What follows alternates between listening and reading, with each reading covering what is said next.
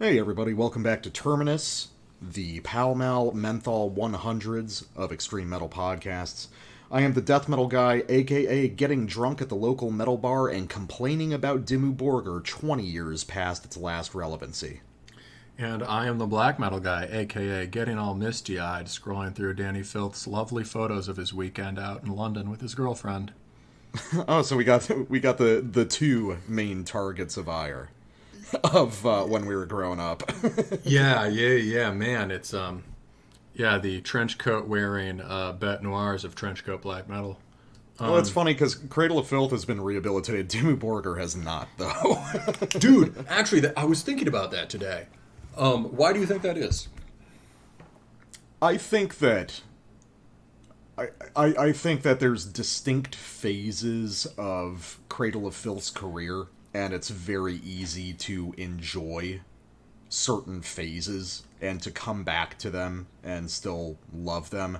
Dimmu Borgir's career trajectory was a little bit flatter. There's not really super distinct, like, I'm thinking flat, you know, but like downward slope. flat but downward slope, but it's all stylistically kind of revolving around the same ideas. I mean, Cradle of Filth is too, but there's like differences in riffing styles from era to era. Dimmu Borgir's always kind of the same thing, and it just hasn't aged well. I think that's really all it comes down to.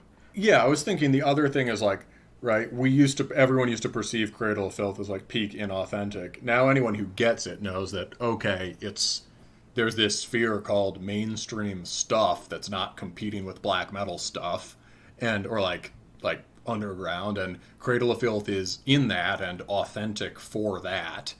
And I was thinking that part of it is that they're sort of like all their themes and presentation are sort of like appropriate to that sphere. Like, Well, also you want your mainstream black metal band to be like shock rock, hot goth chick, sort of crazy stage show, flamboyant keyboard melodies, whatever.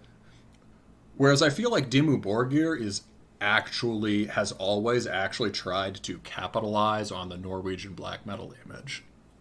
That's true. And then maybe something nudging Cradle of Filth along is the fact that all of its, like, thematic ideas and a lot of its melodic ideas are now just being recreated by raw tape black guys now. Yes. And the other thing, right, is that Cradle of Filth has some, they were listening to the Norwegian bands, but they're also tapped into that whole British heavy metal thing, which is just like, a distinct musical lineage, and, Venom had their hair blown back by fans. Yeah, absolutely. It fits the conceit of the Isle. Real quick, before we jump into the Terminus Co-Prosperity Sphere for some news from you, I have to say, at the time of this recording, we're recording this on June 15th. 4 days past was the 10th anniversary of the departure of Seth Putnam from this mortal coil. My husbandu forever calling me gay from hell right now. And I'd like to take just 5 seconds of silence so that we can listen to the entirety of Anal Cunt's I Like It When You Die compressed down to 5 seconds.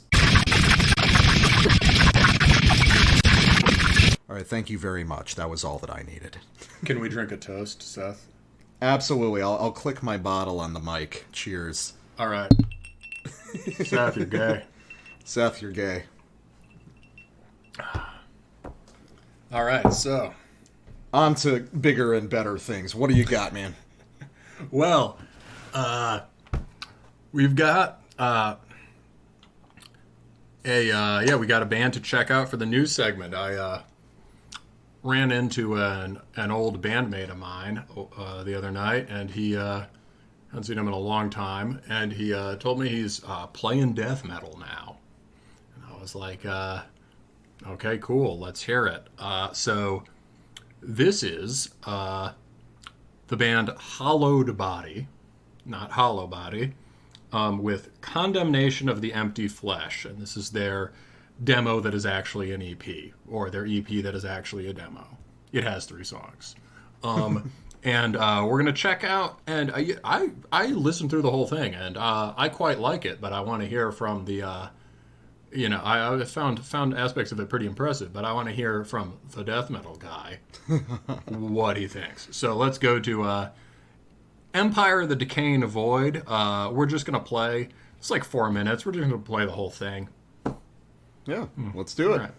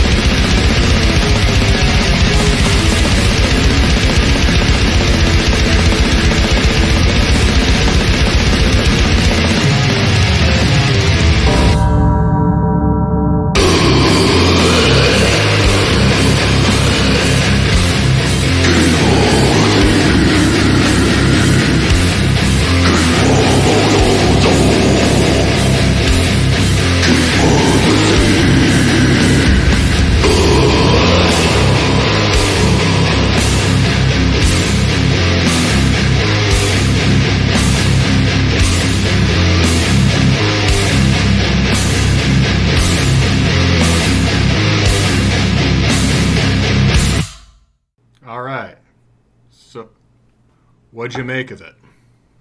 I actually really like that a lot. That's Awesome. that's a lot of things that I really enjoy. First couple minutes remind me a ton, actually, of Prosanctus and Fairy's Noctambulous Jaws and Sempiternal Night. Oh, really? Interesting, yeah. Yeah, because it's extrapolating off of sort of incantation riff patterns, but with this, like, more, like, rigid sort of technical edge to it. and plus just the crazy increased speed. And then Yeah. when it slows down in the back half, you start to get bigger shades of stuff like Father Befouled or even like late Morbid Angel, like Gateways to Annihilation era. I thought Morbid some Angel. of the fast riffs were a little bit Morbid Angel too. Once it got like a minute in, Yeah, of those were like some of the ratchet riffs. You know, yeah, he's using a lot of those kind of asymptote like bend and slide techniques. exactly. Yeah. Which also so you know filtered- like the way that Morbid Angel riffs sometimes sound vertical. Which is, and that kind of technique is something that also filtered into bands like Pro Sanctus or Father Befouled. So there's an established lineage that they're drawing off of, but they keep it really exciting and really intense. I mean, there's so many fucking riffs just whirring past you really quickly, but they still manage to keep the big slow down in the middle really compelling with, you know, some kind of varied rhythmic work and stuff. I really like this. I'm going to check out the whole demo, and I want to hear more of this. It all sounds like this. In a good way. There you go. Extra point for the bells. Always extra point for the bells, and I love that it, like, you know, it drops the mosh at the last bit of the song. That's very yeah, I knew that was what the part you were going to be the sucker for. Well, no, I really liked, when I first put this on, I loved how fast it was, because it's so different from the kind of either sort of sluggish incantation worship or the kind of maggot stomp, you know, jugga jugga stuff, right? It's like, it's just fucking fast. It's extreme, and it, you know, it's like the best of the early 90s stuff. It's like you can hear how it's completely steeped in hardcore, but sounds nothing like it. All right, so before we get on to our rundown, we have, the usual housekeeping. If you like what you're hearing, you want to participate more, follow us on social media. Me, the Death Metal Guy, at Facebook, at Terminus Podcast, or the Black Metal Guy on Instagram, at Terminus Extreme Metal. And if you really, really want to get involved in the process, feel free to become a part of the Terminus Black Circle. And the best way to do that is by giving us money on Patreon or Subscribestar.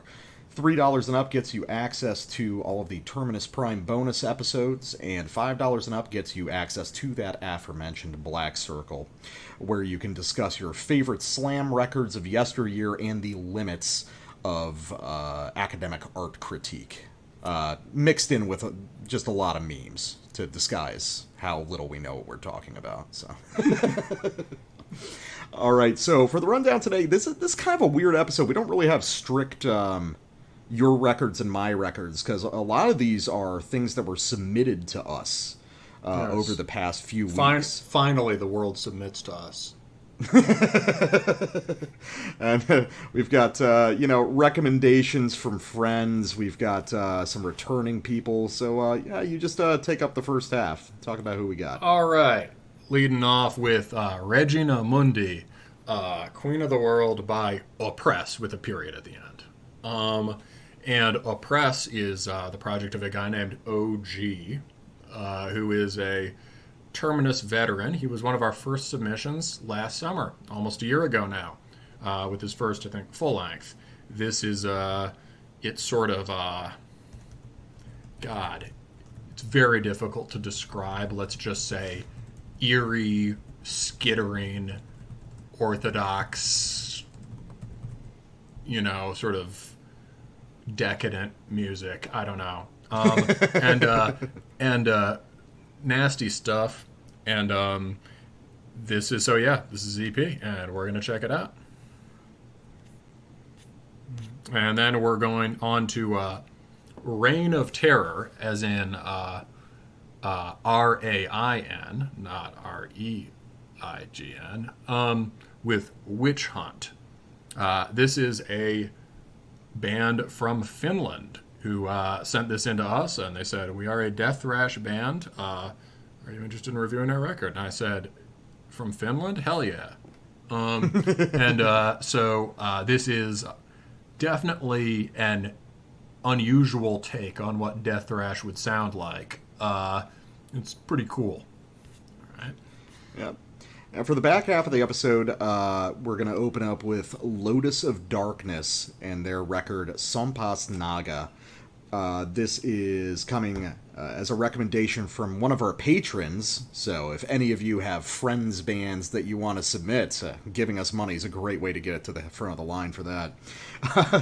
So Lotus of Darkness is a folk black metal band from Thailand, infusing a lot of the region's traditional folk sounds, not merely in terms of melody, but in structure as well. Resulting in a very interesting, very distinct sort of record from what will probably be one of the more prominent bands in the sort of now burgeoning Thai metal scene. And then wrapping it up, our one non-submission is me revisiting a band that I saw live about 10 years ago. This is Narbeleth with Svmma cum Nox Arcana out on Folter Records. Saw these guys live at Under the Black Sun, the Berlin Metal Festival. I think I want to say probably a little bit less than 10 years, maybe 2013, something like that. 13 or 14, yeah. I remember something you like telling that. me about it, yeah. Yeah, so this is a black metal band originally from Cuba, now relocated to Spain, and I said, hey, they got a new one coming out, why the hell not revisit, see what's changed in the intervening period. All right, we're back from bullshitting about war metal album covers off the mic to talking about Oppress's new record, Regina Mundi. This is an EP following up on the full debut release last summer. Oppress is the project of a guy named OG who runs an organization known only as Cunt Collective. The general sort of aesthetic of this stuff of that whole scene is it's like unusual black metal and noise and stuff in between that aims to be sort of as unpleasant and alienating as possible, which given the way that black metal has moved lately towards sort of more for worse and for better towards a lot of melodic stuff, it certainly starts to become its own niche, right, of really ugly sort of degenerate nasty stuff. So so this is, you can hear a significant change from the first one. What do you make of it? I like this one a lot. I feel like this shows OG refining the ideas from the full length a little bit more, and getting a little more comfortable with the project's own sound, if that makes sense. For those who missed it last year, his first record, No Pity, was very challenging to describe, as is this one. But I guess we would say that you'd probably agree that the basic foundation is something like orthodox black metal. Would you agree? Yeah, orthodox black metal, but it feels like Debussy and Satie, but in like totally warped, and like early Schoenberg and The Killing Joke. Mm-hmm. And if you said that about something that didn't sound like this, it would sound very pretentious, but we promise you that's actually how it sounds. Yeah. So it's OG has a special talent for selecting the absolute worst sounding intervals on guitar to generate riffs from.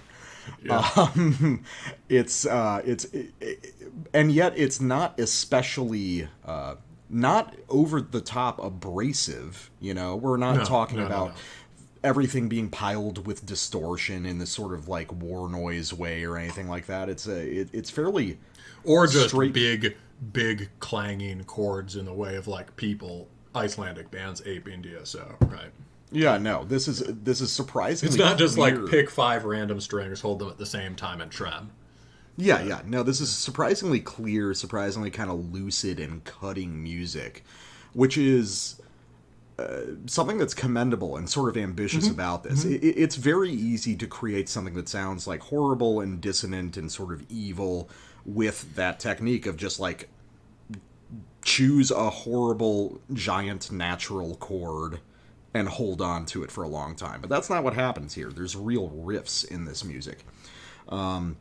in terms of what's changed, there's a huge difference in production here. Yep.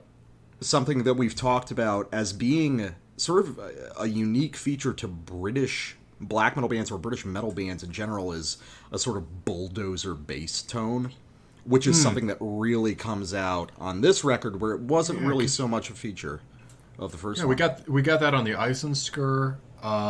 Big bass on the white metal too. Big bass on the white, and I'm actually going to bring up white metal a little bit later. Oh, you can tell that there's some sort of mysterious guy lineage for a lot of the Cunt Collective bands. Some of those are like stompy, old school stompy BM. Well, I was actually specifically wondering at this point, and I got a little hint of it on the first record, but now I'm wondering after hearing this one if OG really comes from a sort of like noise and power electronics background. Those are consistent with each other. Yeah, that's not to say that this sounds like noise or power electronics, but for instance, that white metal record that we covered, that was a guy doing very idiosyncratic black metal who happened to come from that background. And I'm wondering if it's the same for OG. Because even though this is not in any way like an industrial black metal record, there's a creeping touch of sort of old British industrial infused in this music, which I think is very interesting. More in mood and texture than in big beats or anything. I can hear that. Like, who are you thinking about? I mean, in terms of, like, the shit I know about, like, we always talk about Coil, like, there's definitely, like... Well, I was going to say, I mean, Killing Joke again, but... fair enough, yeah. They're for sure. They were in... I don't normally group them as industrial, but you could hear them as, like, 6 different genres, so that makes sense. Yes. I've always kind of connected them to a sort of proto-industrial or sort of, like, liminal industrial sound. Big for the industrial rock bands. Yeah, for sure. Like, the whole... No, that's totally fair. I just didn't think of it. Yeah, and I would argue, I feel like, especially with, like, the bass tone and some of the more clanging, sort of ringing riffs, I'm hearing some, like, old Godflesh on this, too. Okay, yeah, so Killing Joke Godflesh, that's a distinct lineage, for sure. Yeah, that's its own kind of lineage of metallic stuff. And so, yeah, this record sounds a lot more... The Godflesh comparison is a lot more plausible on this one than the last one. Certainly, as in, the last one tended to dwell more on... emphasize clarity more and dwell more on the higher end of the fretboard. There were a lot of these sort of warped, kind of racing, highly riffy sort of, but kind of fully developed, elaborate melodies that really did sound something like fin de siècle, late 19th century, early 20th century. By fin de siècle, I'm just saying the pretentious French way of saying turn of the century, which refers to like a specific kind of artistic era, you know?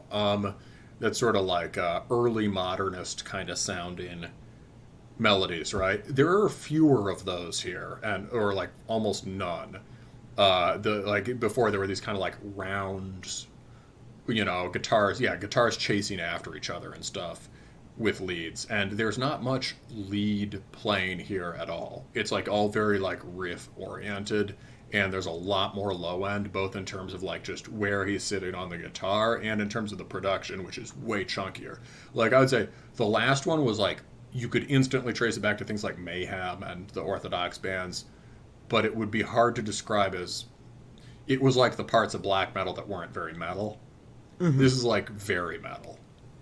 Yes, this is much more metallic, and it's riffy and heavy. You can't really headbang to it, and I would say next step is headbang to it, but it's very metal. Maybe. I kind of like the relentlessly non-headbangable quality of this music, but you did touch on something which is Mayhem, because I think that Grand Declaration of War really shows itself to be a primary influence to this music, especially on this EP. So some of the ways that this guy is arranging these sort of arcing, needling riffs reminds me a lot of Blasphemer's work on that, or even going further back to what I think was a big influence on Grand Declaration, which would be Thorns. Oh, for sure. This is somebody who actually likes Thorns. There's literally dozens of us black metal guys. You have a handshake, and I won't explain what that handshake is.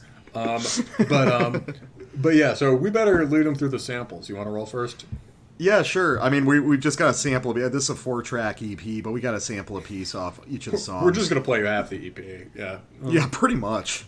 Sorry, OG, we're spoiling it for everybody. It comes out in a couple days anyway, it's fine. So this is off the opening track, Diadem of Encrusted Discharge. This guy's got a really good like aesthetic sense for this sort of like weirdo, prurient, mystical thing that he's doing. Yeah. It's a kind of way of referencing other black metal ways of titling things and then just fucking them up. So, I mean, you could almost imagine this as like that Wolves in the Throne Room record. Yeah, Diadem of 12 Stars. Yeah. All right. So we're just going to listen to the back half of this one, and this is just a good example of how horrible OG can make a guitar sound.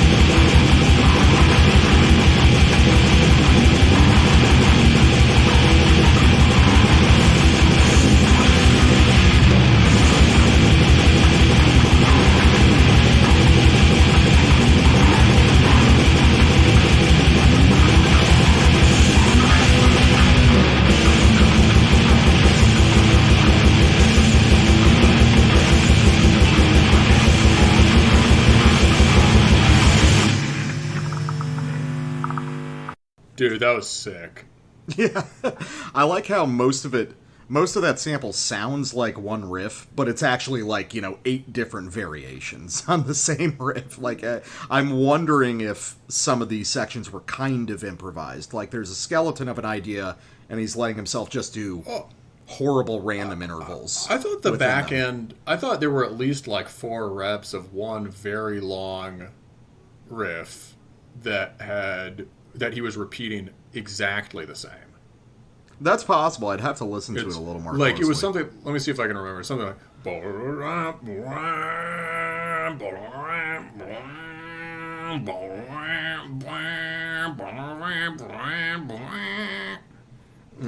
Well, I think there's 2 guitars doing like slight chording variations against each other.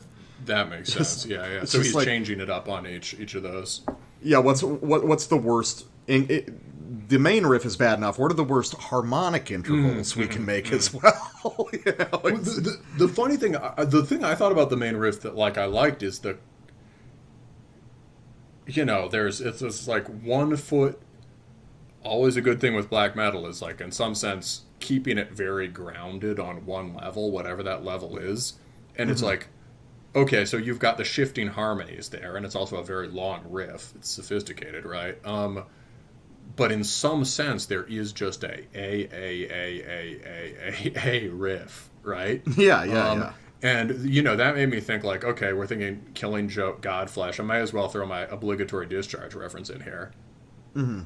It also just has Discharge in the title. But there's a sort of, like, deliberately repetitive, old-school, hammering extreme metal sound that you would hear in the Norse bands, in part because they were listening to British bands and Swedish Kong punk and whatever, right? Just like, okay, here's the sick riff, we're going to play it 8 times. That was not how the last one worked. The last one was a lot more like, I'm a very skilled songwriter, I listen to modern classical music, let me show you what I can do. Well, there's also...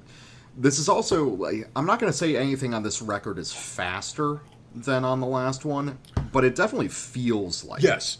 Well, that's related to what I'm saying. Yeah, it's that feeling of momentum. And actually, I take it back, because you can headbang to the guitar.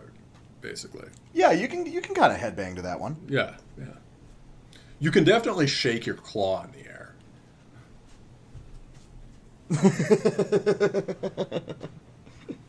Good claw shaking moments. Yes. All right. Anything? You got anything else on this one? Yeah, go ahead. I like the title of the next one. Yeah, the next one is Ghislaine, or Ghislaine, depending on how you pronounce it. So, God, somebody had... As soon as he does it, you realize it was inevitable, but of course it was him. to do a demented black metal song called Ghislaine. Yeah, that's perfect. Yeah, it's... You know, I people said it took 11 days till someone put the Burning Notre Dame on the cover of a black metal record. Surprisingly long period of time. Yeah, which honestly is like at this point really missing the point. But like, you know, of course somebody had to do it, and he should have, right? Yeah. So here we are. This is the first 2 minutes of Ghislaine, and an ode to the modern Countess Bathory.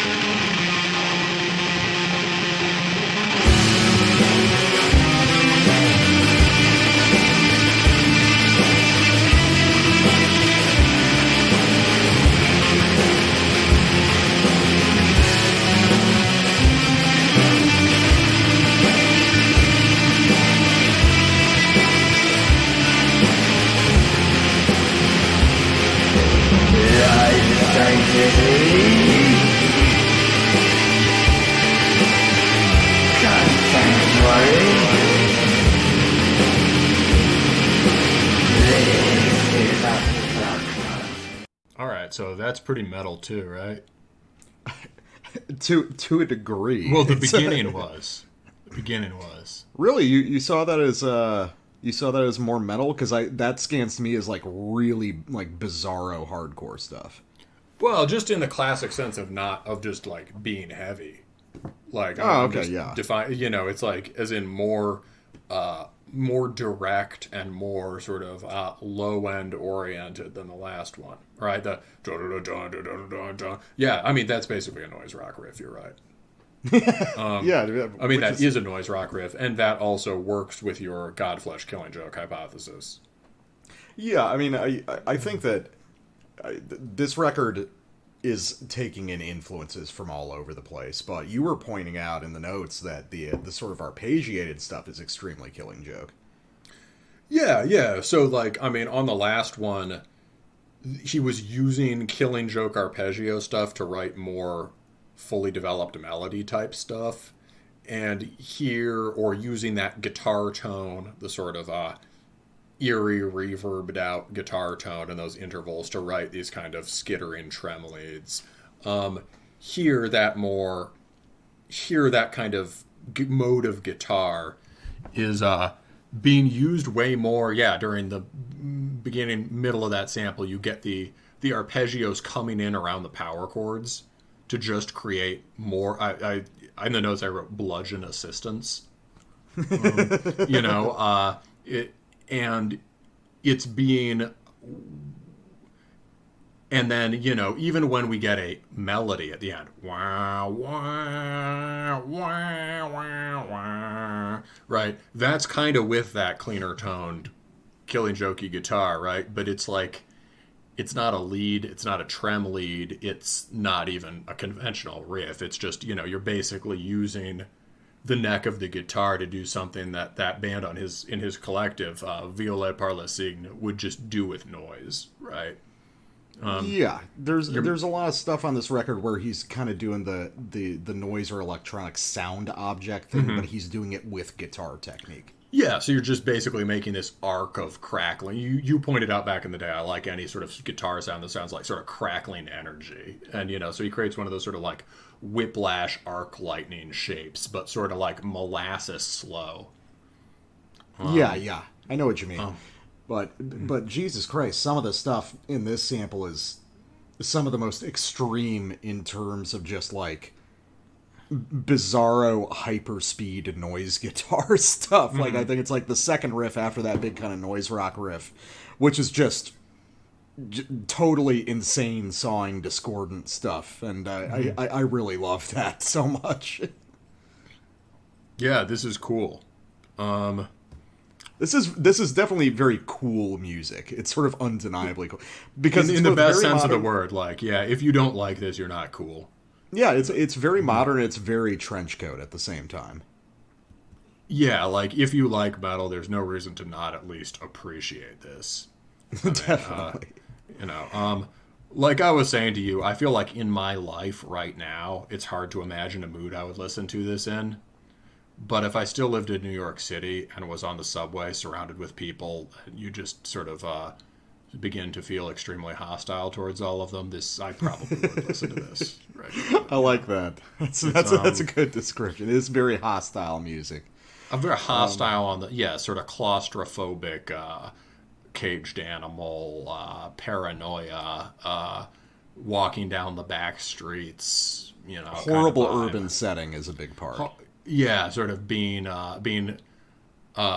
regrettably not blackout enough at a certain hour of the night, so that you remember what you did. But yeah, so now on to Oubliette. Speaking of which, on to Oubliette Utopia. Do you know what an Oubliette is, Death Metal Guy? Yeah, it's like it's like a reliquary. It's like a tomb kind of thing, I believe. No, but it sounds like that. It's a this is some deep cut Knights shit. It's like a dungeon that has a trap door to it, and you can use it as a siege defense, or like you can just use it to throw someone in the floor and lock it up and laugh at them. But there are also at least things that were designed in theory to be able to, like, people run into the hall with swords and you drop the oubliette and they'd fall into a dungeon. Okay. I've seen it in so many like Brodequin titles and shit, but I never bothered to look it up. I only got it through context. so this is very big city bad vibes, right? It's like it's the claustrophobic dungeon utopia. Yeah. All right, so I brought this sample on. We're just going to listen to the back half of this song. This is where we get some more of the kind of Killing Joke arpeggiated stuff towards the end. We get more of the Grand Declaration, but then we also get some of the Bloodos Nord that has always kind of been there in fits and starts for Oppress. You know, like I think I mentioned. I don't know if it was in regards to Oppress or something else last year. I was talking about Bloodos Nord's Mort, their very forgotten record, which is just bizarre, sort of creeping industrial beats and the most just idiosyncratic, dissonant kind of intervals possible. It's one of the only kind of guitar reference points I can think of immediately for Oppress's overall style. So this is really cool, and there's a wonderful sort of bizarre freeform bass passage at the end of this that I really appreciate, which also brings to mind, Godflesh that always used the bass as the actual primary instrument for their music. So let's give this one a shot.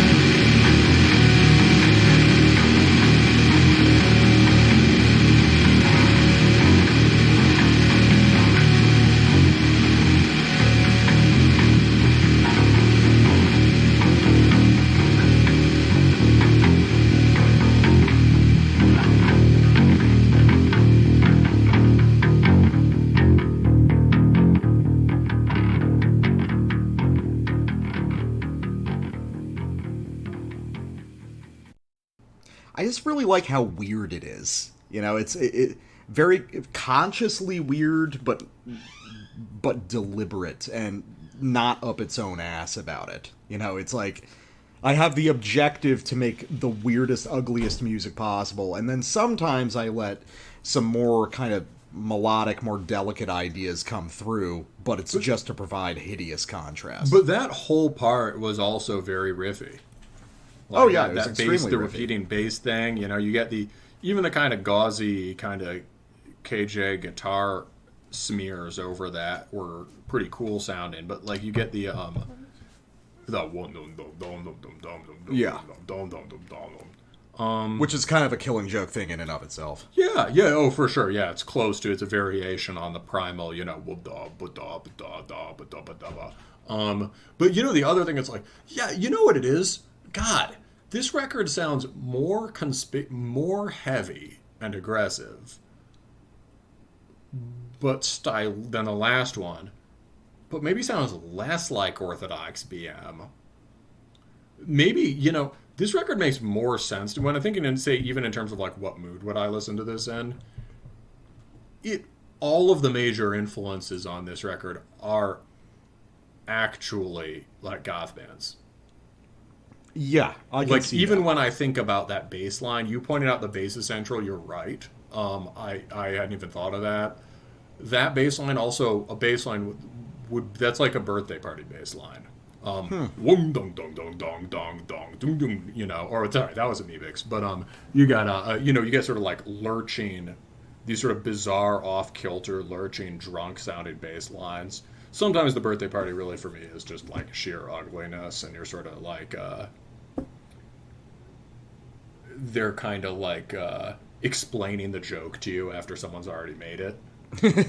You know what I mean? Like the Stooges made the joke, or Joy Division, who they claimed they didn't listen to, made the joke, and then they're kind of like telling you what it is. It's like, yeah, this music's really ugly, but it's also often really, really cool. And so that sort of like staggered, swaggering groove, off-kilter groove bass line, or even the noise rock thing from before, is that's like Birthday Party at their best. The weird thing is a lot of noise rock it's nerds biting hardcore and trying to make it less intimidating, right, by making it less fast and more fractured. But it's also like hardcore guys like, you know, Unsane, who you can't knock, not copying the Birthday Party. Yeah, I've never actually listened to the Birthday Party. Is that worth my time? You might like it better than me, honestly. Yeah, I think you would. Yeah, because you really are into, you know, you're an old DSBM guy at heart and a brutal slam guy. I mean, Nick Cave would do things like, you know, drawing a syringe of his own blood and writing poetry on the subway wall. And this stuff, even at his time, was tired. That's kind of what I mean, but like in the early 80s. That's kind of what makes it fun, is how fucking obnoxious it is. It's still objectively cool, yeah. I mean, how many people see Iggy Pop and see him like, you know, oh yeah, he writhed in the broken glass and whatever, and it's like, Nick Cave was taking that pretty seriously, you know? Yeah. Like, no, Nick Cave, young Nick Cave, undeniably cool guy. He's old, he's aged better than almost anyone from that era too, but like, the new stuff, I think he's lost the plot. He got absorbed by the culture industry lately, I think. Yeah, it happens to all of us on a long enough timeline. Yeah, eventually eventually you're asked on you're given too many awards and shit. Yeah, it's like you can't like, you can say, oh, Nick, that's so passe, but Nick can say, did you write your poetry on the wall of the subway with your own blood? Okay, shut up. Fair enough. All right, what do you got to wrap this one up? It's so we got Hubris Exalted, and so this is just maybe the prettiest moment on this record, and the only thing that in any way sounds like the more lead-oriented stuff from the last one, or sounds like orthodox black metal. But even so, it's way more arpeggio oriented, way more riff oriented. And when we get into it, just keep in mind, we're already a minute into this riff. So this is a great example of like this record sort of commitment to traditional sort of post-punk, metal punk, riff-based repetitive song structure. No more envious wars that oceans wrench.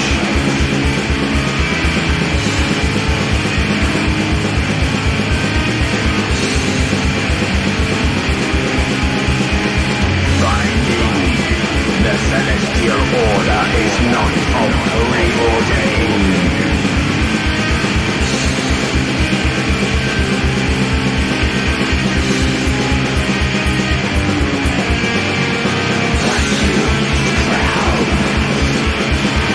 That astronomers were not what makes us.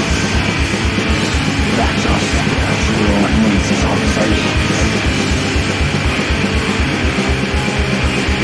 That the star on my horizon is not innocent.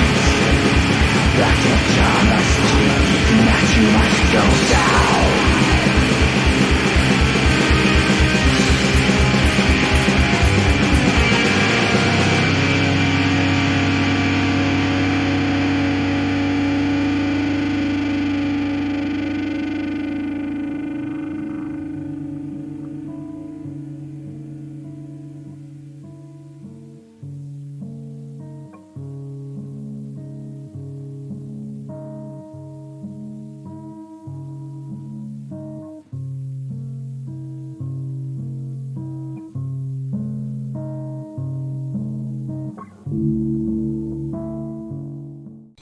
A lot of what gives this its own kind of special energy is very basic shit, like just leaving all his guitar noise in. Mm-hmm.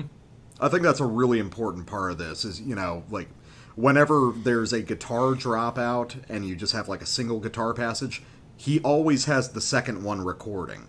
And just little kind of finger sounds as he preps for the next riff. Mm-hmm. And I think it gives it such a live, warm feel, even though it's a one-man project. That's kind of like the Ad Nauseam from earlier this year. Like, yeah, that's true. A thing I didn't even get to talk about with that is one reason that was so much like things that are totally full of shit, but actually really good, was that most of those bands are this, like, sterile line-end production, or like... I don't know, like University of Reykjavik auditorium professional sound crew, whereas they had done this, like, I think those guys are music students in Ad Nauseam, but they, like, used their composition knowledge to, like, basically build instruments and their whole recording setup, and they intentionally made everything sound... The coldness of it came from the notes they were playing. The tones were all kind of warm and analog. Mm-hmm. And this is obviously way punker than that, right? There's nothing punk about Ad Nauseam, right? But yeah, this is very punk. I think maybe more than I thought on the first record, and it's so in a certain sense, it's music that's often played with this or even in the Orthodox bands, right? Even at their best, the point is very high gloss, beefy production, right? Like, yeah, Aosoth sounds like you're screaming in the cathedral, right? And this is like, this is very raw. I think that's a good point. The tones, like, when the bass is by itself, it's so satisfying just to hear it. You know what I like so much about Oppress?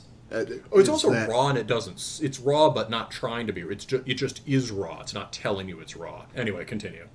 No, I was just going to say, what I like so much about Oppress, and this is going to be a weird comparison, is the cool shit that would pop up and then disappear on MySpace back in the mid-2000s. There were plenty of guys doing their own, like, weirdo one-man things, and of course most of it was bad, because most of everything is bad. But occasionally, you would accidentally slip onto a page of some guy who's got 2 songs where he's attempting to do black metal, but the result is something just so idiosyncratic and bizarre, it sticks with you for years after. Years after all the music has disappeared off MySpace and it was never released on a demo or anything, there's bands I can still remember from that era, who never did anything. Little projects, no idea who they were. But the intense weirdness and single-mindedness of Oppress brings me back to that.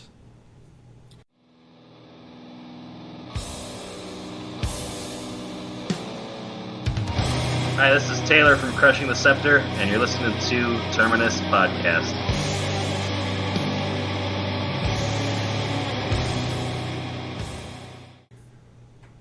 All right, and we are back from off mic laughing about a meme on the Instagram to talking about Reign of Terror's Witch Hunt. This is, as we said up front, a new band from Finland who build themselves as sort of a death thrash. Usually when you think death thrash, I don't know, death metal guy, what's the first thing you think of when you think of that? Oh, I'm thinking of... Well, it depends on who's saying it, because I can be thinking of Possessed or I can be thinking of Vader. I have to look at the clothing the person who's saying it is wearing to see which they mean. Yeah, death thrash. Maybe... Yeah, not black thrash, but death thrash. Maybe I would think of like... Well, Demolition Hammer, but I'm always thinking of Demolition Hammer. It's... I don't even listen to them that much. I just love them. But like, I don't know. Yeah, Vader. The Crown. You could call Angel Corpse that, but they're also pretty black metal. You know, they're more in that kind of thrashing war metal thing. Yeah, it's hard to say. I mean, I guess you could also just use it to describe anything that's like really extreme thrash that doesn't sound like black metal, right? I mean, you could say that. You could say like Dark Angel or Morbid Saint or is kind of death thrash. Yeah. Creator could be black Slaughter. thrash. Creator could be black thrash or death thrash, depending how you take it. Slaughter's definitely death thrash. Yeah, Slaughter is a good benchmark for like what it would mean to be both of those things. Definitely. So, what the hell is this? This is a rare kind of record that seems like if somebody told me this was recorded in the 80s, I would completely believe it. And if it had been released in the 80s, people on the punk scene would still talk about it. You know, now it wouldn't be like, you know, Amoebics level, right? But it would be something in like the tier of minor bands that people like a lot and still talk about. The thing I'm most immediately reminded of when I'm trying to think of a parallel to this is Sacrilege, who were a UK. Keep meaning to put up my Sacrilege poster, but they're sort of like really good UK D-beat. There weren't a lot of the good copycat D-beat bands back then, at least IMO, but sort of lives up to the idea of what that sounds like now, but with a female vocalist who was, well, you know, just very, very shouty and loud, and then they became a thrash band, but like very death metal-y thrash, and actually a lot of the riffs on Bolt Thrower's In Battle There Is No Law are basically Sacrilege riffs. Yeah, they're one of the few bands to actually get more extreme as they went on. They got more extreme. Yeah, in some, well, the D-beat stuff's pretty extreme in its own way, but yes, they did not become like radio market thrash. They became this sort of extremely grinding, mid-tempo, mosh-oriented thrash, highly subdivided mosh-oriented thrash. You can see why they didn't make it big, but you can see why Bolt Thrower took it and ran with it, right? Yeah. But the weird thing is that, like, that band has thrash riffs. Like, really good thrash riffs. And Reign of Terror seems to have almost made a deliberate decision not to write any sort of, like, very few sort of, like, moving between the power chords on the octave and the pedal point, you know, classic thrash riff. You know,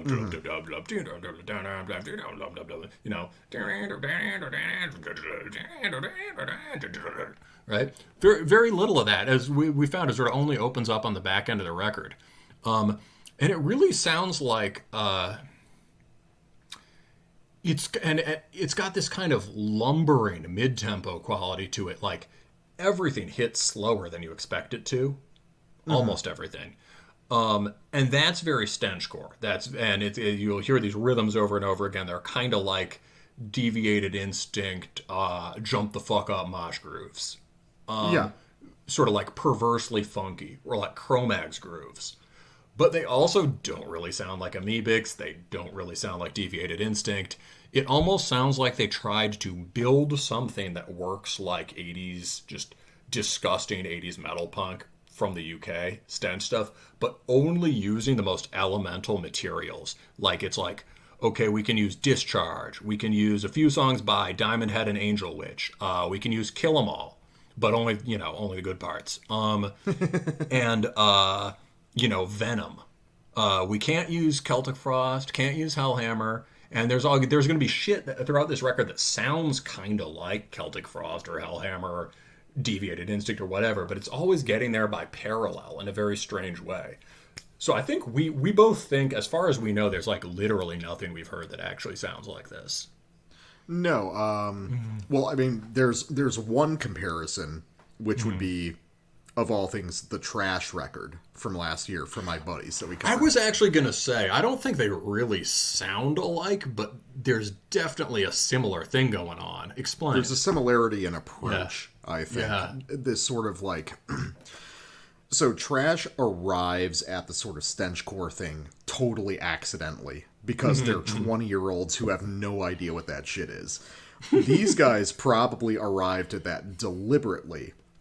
But I guess the interesting thing about this to me is that you can describe it as like a thrash record, but to me what it scans as is a pretty pure fusion of like heavy metal and hardcore punk, which is... That's what thrash is, but not really. You know what I mean? I completely... That's kind of... Yeah, exactly. That's what I was trying to get at. It's like... Yeah, so it's the same thing. So, like, Trash is sort of accidentally generating stench effects by the fact that they really like thrash metal and they really like smoking weed and throwing down, right? Yes, exactly. And this band is sort of maybe has... I mean, I'm sure these are Finnish metal punks. They have massive record collections, right? But like, so I'm sure they know exactly what they're sort of trying to parallel, but there's no direct similarity, and it's like they built it with other ingredients. So in this case, it's just hardcore and metal. Yeah, it's fascinating stuff. I can imagine that this isn't exactly your cup of tea, but I think this is fucking sick. So, it's not my thing, but I appreciate it for what it is, and I appreciate its idiosyncrasies. You know, I do like the fact that it is like I guess another weird point of comparison would be, imagine playing a Nuclear Assault LP on 33 instead of 45. I've never heard Nuclear Assault, but I can kind of imagine. Oh, Nuclear Assault's fucking great. They're one of the few thrash bands that I wholeheartedly endorse. So just the idea that you can imagine a lot of this being much more normal played 20% faster. Oh yeah. No, I mean, like the first song at first, I should sample it now, but the first song, when I first heard this, I was like, this is like, I know you can make things heavy by falling slower than you expect, but this is a little much. And I heard it a second time, and I was like, this fucking kills. All right, so let's do that. We're just going to listen to the first track, which is called Power Play. It's a short one. Let's do it.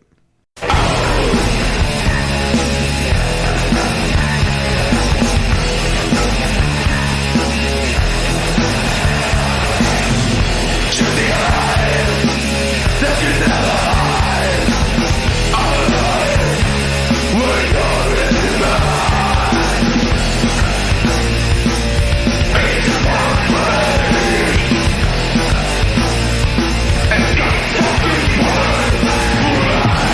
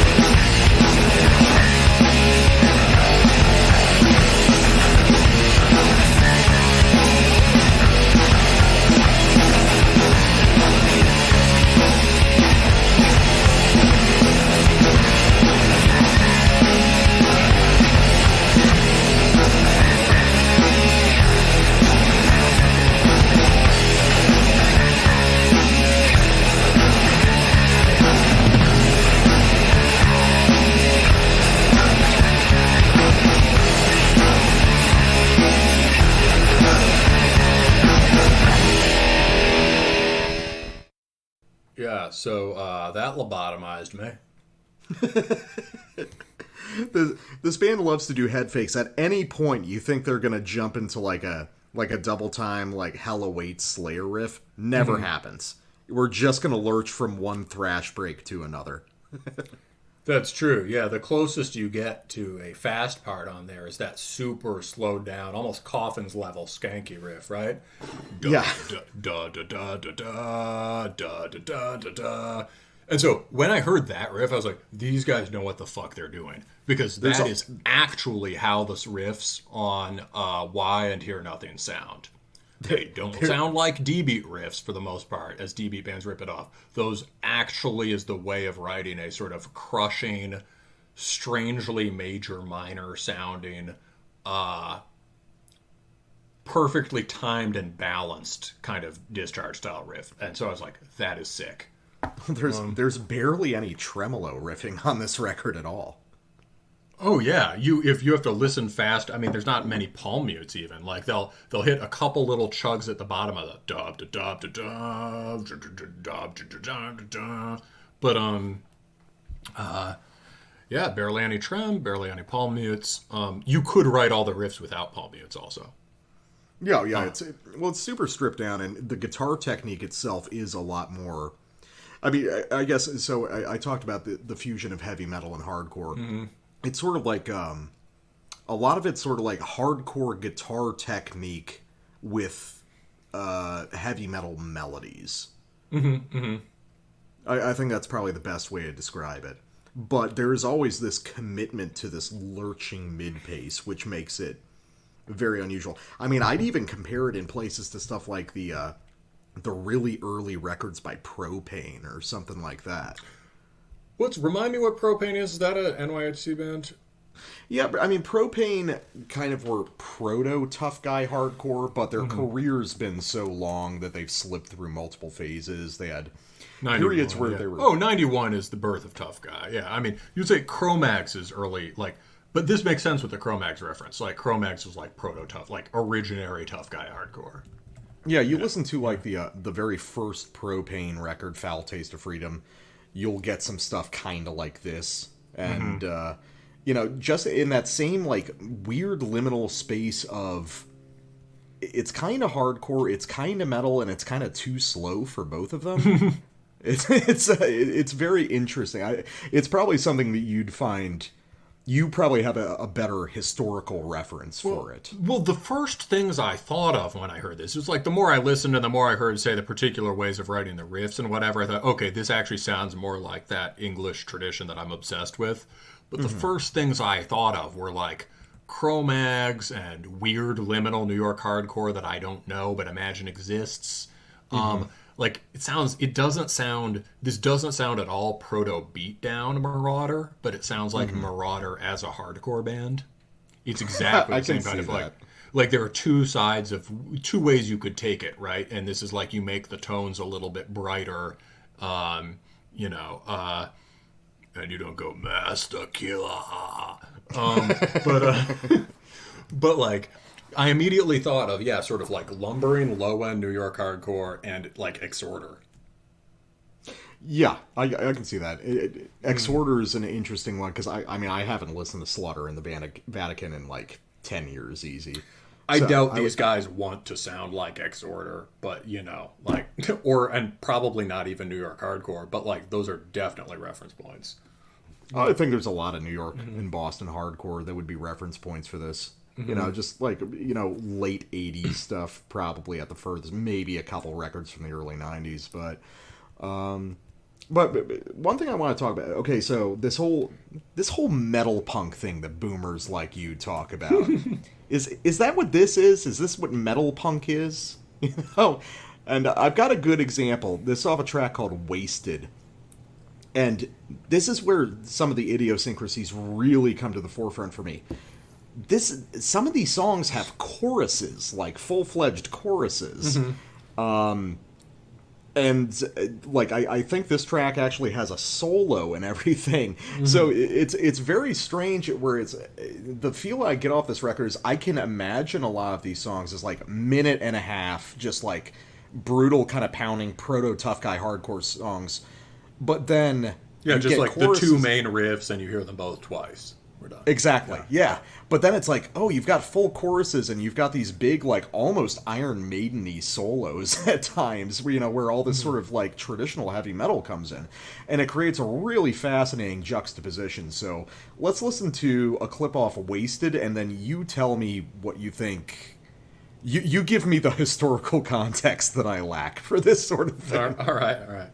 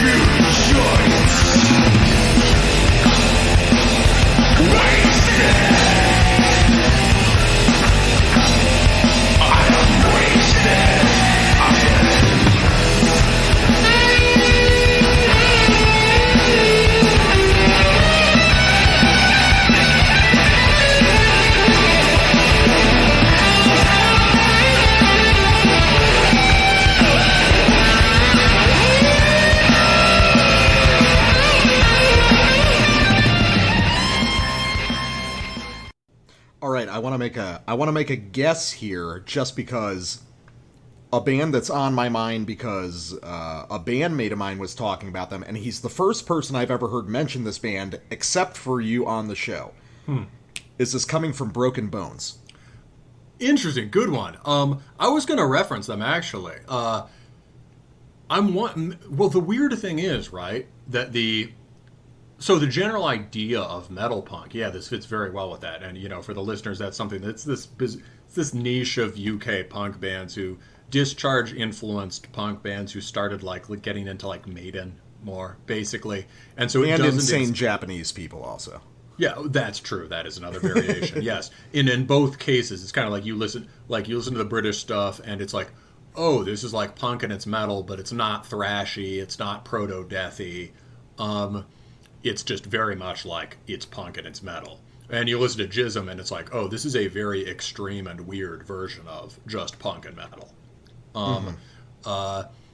There's no, Maiden, or Jism is, people are surprised how little and others are surprised how little Jism sounds like a crust band. So yeah, in that sense, yes. And tempo-wise, the kind of lumbering tempo is actually kind of close to Jism, which I hadn't even thought of. But a lot of the classic metal punk sound is speedy, right? It's like new wave of British heavy metal and speed metal as the reference points. And so something like Broken Bones is just really fast the whole time. The solos are kind of like that. I'm wondering if a band that I really don't know, because I probably checked them out before I even liked Iron Maiden, and I think I've gone back to it and just hasn't landed, but I can't remember, who the fuck knows, is English Dogs. Okay, yeah, that's something I've never listened to. I think English Dogs is fast, though. Or, faster. I think a lot of those bands, move at heavy metal tempos and have sort of heavy metal kind of structures and whatnot. And these songs are just paced completely differently. But maybe if you wanted to try to describe what it's like, maybe it's okay, we're going to do things like Stench and Mosh in NYHC, but we're going to do it all as metal punk. Okay. I mean, I can imagine this band either being very clearly dudes who've read a ton of Maximum Rock and Roll, sitting down at a bar and figuring out what the kind of sickest band they could make is, Or I can very much imagine it as like them going in the rehearsal room and like being really drunk, and this is what came out. It's a thin line between those two options. That's in fact, yeah, a very wavy line. The alcohol. In fact, these things may have happened in the same night. Probably. Yeah. In fact, they had a plan for a great band that sounded completely different from this. Just got lost on their way there. Yeah, they're like, well, that we were playing really slow the other night, but it sounds great. All right, so speaking of dogs, this is a thrash song. This is we get to the first thrash song about like fourth track with axe wielding maniac, and this is the fifth. It's Dogs of War, and here are actual thrash riffs. It's good. I like it. All right.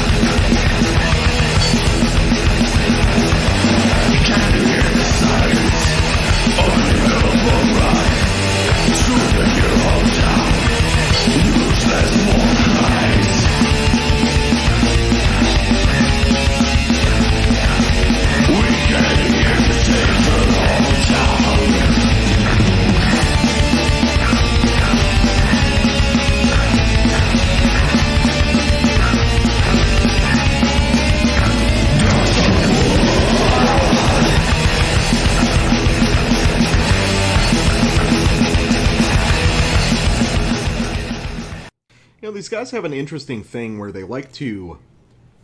One thing I appreciate, every time they go into a solo, there's always a new riff under it. Which is something I've mentioned before, I forget on which review. But that's where a lot of the most distinctly, like, trad heavy metal ideas come out. Maybe Altered Death. Maybe Altered Death. Yeah. Altered Death, yeah. Sorry. Yeah. Possibly them. I'm not sure. It was somebody, but... It's interesting because they smuggle in a lot of the most, like, trad metal ideas, like, sort of like Angel Witch type ideas, like you said, in those riffs underneath the solos, which you're usually not going to be paying attention to because you're concentrating on the lead guitar, which is a very interesting thing. Yeah, this is a very subtle record that's probably made by dudes who are our age or older. I say this is a masters of craft kind of thing that wears its skill very lightly. Well, so and they're also... Another thing also, that suggests... Yeah, what? Oh, I was just going to say, it seems very clear these are guys coming from an extreme metal background. I don't think so. I think they're punks. Really? Yeah, I'm like 100% sure. See, I get a big, like... That I mean, sure they listen... Metal. Yeah. I'm sure they listen to shit tons of extreme metal, but what were you going to say? Oh, no, just because even listening to that part, I was like... I mean, it might be a little bit of a left-of-center comparison, but I remember, it was a few months ago I decided to go on... I was on kind of a road trip. I had a ton of time in the car, so I just decided to listen to the entire Bathory discography. And honestly, like, hearing some of those riffs, they're reminding me off shit from, The Return or Under the Sign of the Black Mark to a degree. Oh, so here's the thing. Bathory is now canonical crust punk. You can't just whip that out. You can't proclaim that.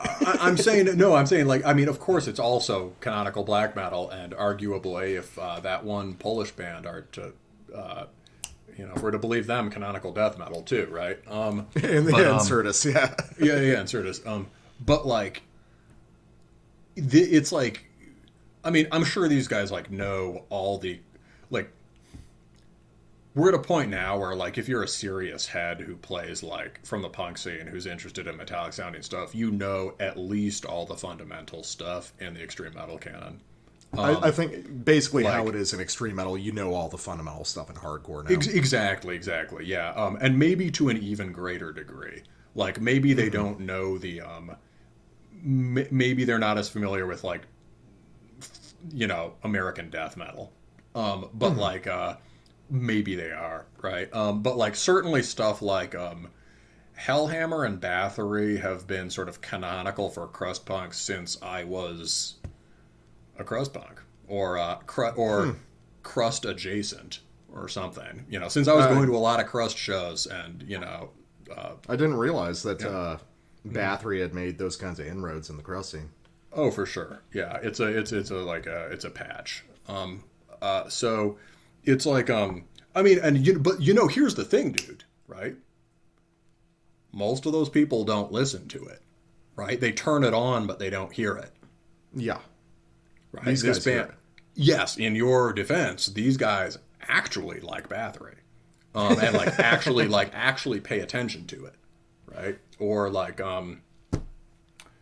Krusties now all have like Darkthrone patches, right? And we joke about that. This band could probably name you minor cuts off Darkthrone songs, like Darkthrone records. Like, yeah.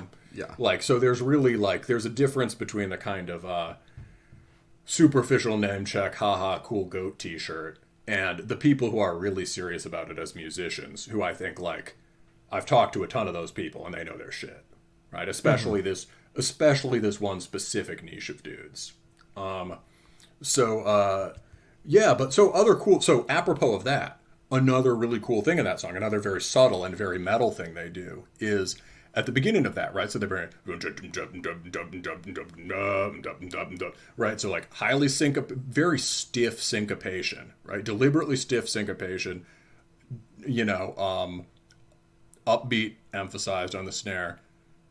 The spiraling kind of angel witchy thing that comes in, that is, they're playing that deliberately out of phase with it. They're playing it like the emphasis, like, I mean, who knows? But like, it's like the emphasis on the upbeat on that or something. Yeah. So it like goes, it puts the inflection on the skank beat backwards and makes it sound like it's a blast or something. Does that make sense? I get it. Yeah, it's fulfilling the same role that a blast would in a more extreme record. Not really a blast, because it kind of slows it down. But like you get this weird thing basically where like the emphasis in the drum track is different from where the emphasis is falling in the guitar, and it produces it switches how we hear the drum track. That makes sense. It's still about like a wall of density between the two. Yeah. Yeah. Switches the drums to more of a daka daka daka. And then back out, doop dap doop dap doop dap. And I really like that shit. I'm trying to think, like, I don't think thrash bands used that technique very much, did they? That specific beat. Oh God, you're asking exactly the wrong person about thrash. Just think about technique. just think about the shit we know. I mean, like, I think there were some, but I think it's very primordial thrash stuff. Yeah.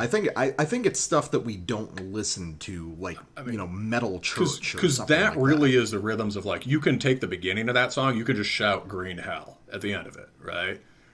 Green hell, or just like devil lock, right? That's basically this. And the way the Misfits got the sound on that record was that Danzig passed out on the couch and the band went in to record and were presumably hopped up on speed and nervous because they couldn't play their instruments, and so they played it twice as fast. And Danzig was pissed when they recorded it because he wanted it to sound like a heavy metal record. And one of the only times I'll ever thank Jerry Only. Right. But yeah, so you get this bizarre, stiff Misfits hardcore beat. And the only other sort of thrash band I can think of that does that is a obscure, I think, Russian band that these guys probably know called Orc Bastards. It's Orc with a K. No clue. Total blank. All right, cool. So let's listen to the last one. All right, so last one. Quick note, because I always love pointing it out when this happens. this album was recorded in 2 sessions, because after Dogs of War, production changes completely. So it was clearly they rolled into the studio the next time. They were too drunk to remember their settings the first time, so it's like, let's just get a good guitar tone again and do it, kind of thing. Also, while you're on that subject, they specified to me in the email that this was recorded all analog to tape. Oh, I can definitely believe that. Yeah. So the way they describe it as death thrash is interesting, because that's not how it scans to us, but there's parts of it where I can kind of understand that. Sometimes it has this clattering quality, and I think when these guys mean death thrash, they're going super early. They're talking Possessed, they're talking, I would say Death, but I think it's more the Mantis tapes before the band was Death.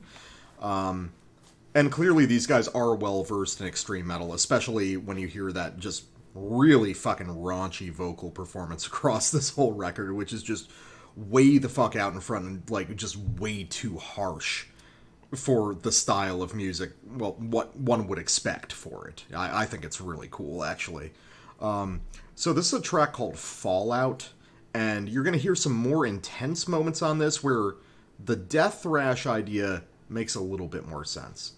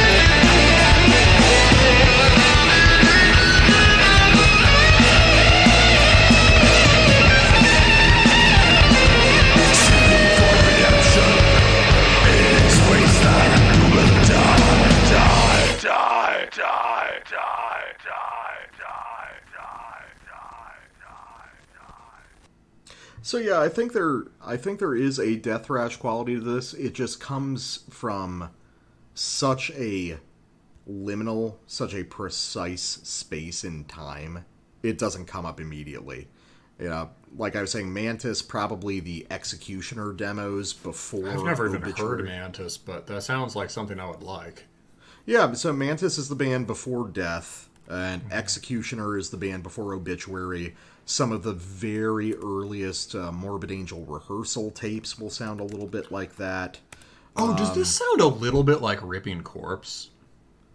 Yeah, because in a way. Ripping Corpse is, I mean, it's obviously fancier, but Ripping Corpse sounds weirdly like a hardcore band for something that the Heshenfirm guys like. Oh, no, yeah, Ripping Corpse is... Dude, I would say Ripping Corpse is like half hardcore in spirit. Yeah. You know, like, Ripping Corpse is awesome. But they're absolutely were one of the earliest groups to try to combine kind of death thrash with, NY hardcore. Because I think those guys were kind of coming out of both scenes at the time. This is way, way slower than Ripping Corpse. I know. Yeah. But yeah, so it's interesting, the perspective of it. Is death thrash kind of an aesthetic tied to a period in time? Is it more of a style? I think it depends on who you talk to, because like we were saying at the top of the episode, when you hear death thrash, what do you imagine? Well, I can think of very old school stuff that was on the cusp between the two, and I can think of very thrashy modern death metal like Vader. But it doesn't really have a defined style in the way that kind of black thrash stuff does nowadays. Mm-hmm. Yeah, well, I mean, yeah, so this is very cool. I mean, I think, you were talking about the vocals before. The vocals on this are great. Oh, they're awesome. And they have some of that stench quality, but they also have some of, like, Sakevi if he didn't use the sort of watery frog effect, which would arguably have a little more impact. Right? You get the, right, it's its own acquired taste, but it's certainly unusual from an extreme metal perspective, right? But like this has skillful use of like delay and distortion, is what I mean. And big ass dropping fucking pitch shifting here and there. Yeah, for sure. So this is cool. You know what I think? Like this is so off from what my usual rotation is these days that I could, kind of forget about it. But there's a decent chance this is your end material for me. Like, just to throw something on there that's like, this is a really good sort of like punk metal record. It's very much in the style of a bunch of bands I love, and extremely good summer jam. So we'll see, but I think this is a really good record, and stoked to hear what's next from these guys.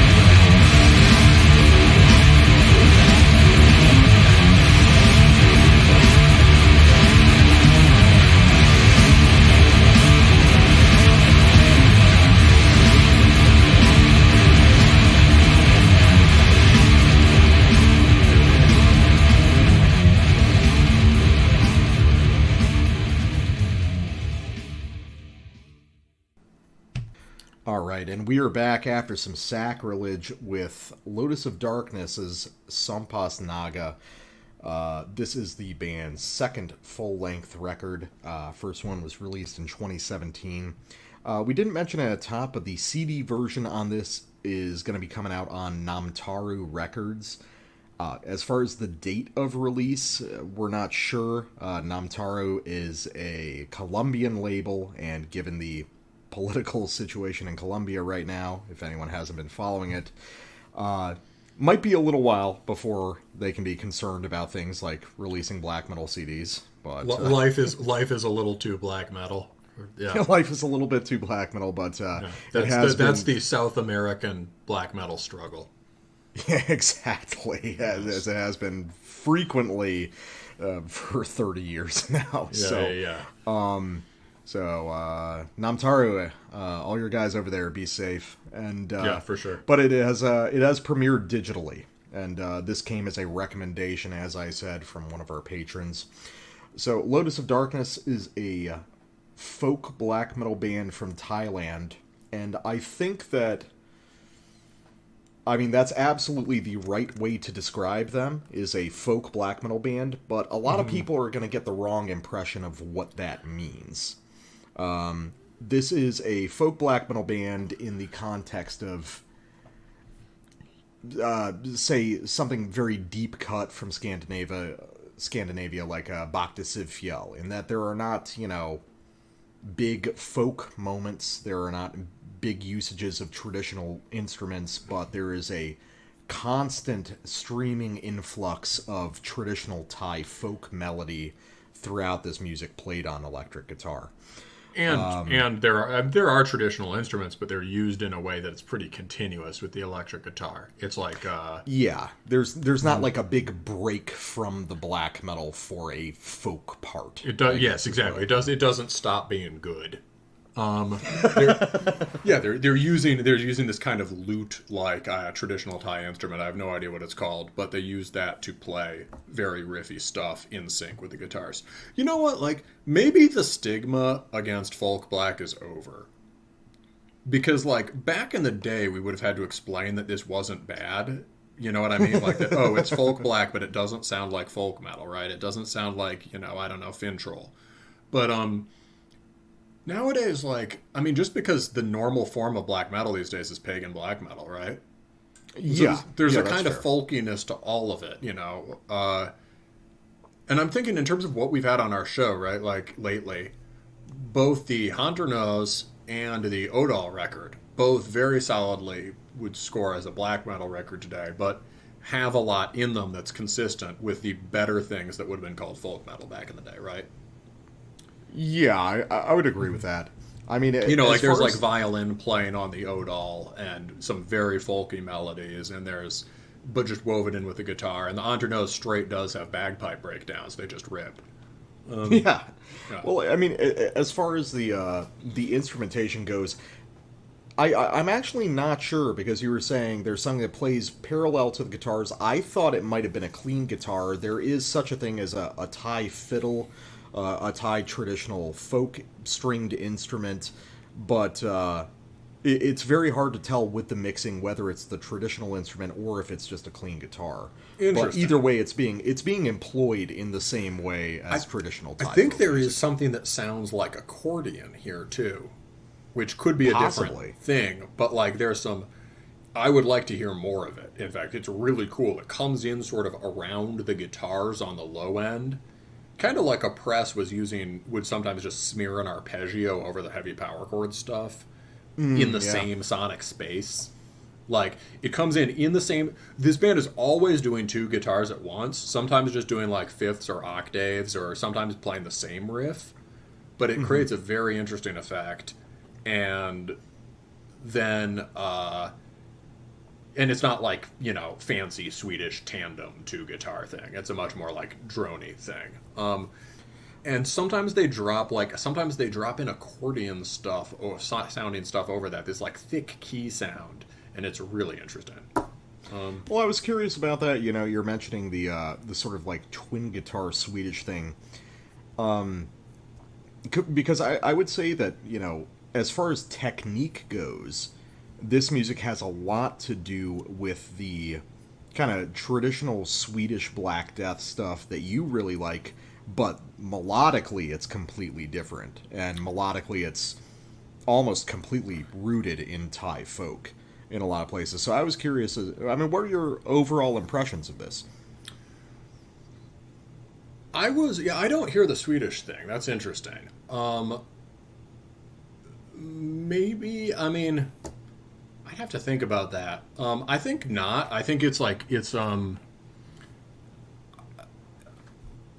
guess so essential to the way I hear the Swedish thing is certain characteristic harmonies. And also, these sort of like dark neoclassical chords or things that would, and also this weird range of things that kind of sound like heavy metal or thrash. I don't really hear that here, although if you can point it out to me as we go through, that'd be interesting. The other night I came up with like, oh, this is, I think, like a way of describing it. I think it does sound a lot like Following the Voice of Blood. Like, I can see that. Obviously much more blast beat, much more continuous blast beat oriented, much more like conventionally black metal, right? But there are sort of big mid-tempo parts that are a lot like some of the most epic lute parts, one I'll get to, it sounds like Raise the Swords or any number of these kind of like slower parts on that record specifically. So like really raw, primordial, the most deeply folky sounding Graveland, this sounds a lot like. And I think I heard this band back in the day, and they also reminded me, and they haven't released a record in a while. But it also, again, sort of reminded me of that. But it's much more blasty and black metal-y in a way that set off some sort of other bell for me, too. And we'll see if I remember it. Yeah, no, and plus, connecting it to Following the Voice of Blood, that whole sort of lute-style guitar tone is something very important to both of these records. Exactly, yes. Finding a way to play electric guitar. You're either finding a way to play electric guitar in a way that sounds meaningfully folky while still being metal, or you are here perhaps using a lute in a really metal way. Either way, yes, this very good melding of styles that comes from having a serious ear for the folk style you're working in. Like, yeah, I remember I asked our buddy who recommended this, I asked him if he thought that what was that band? Surrender of Divinity. If Surrender of Divinity is also Thai, right?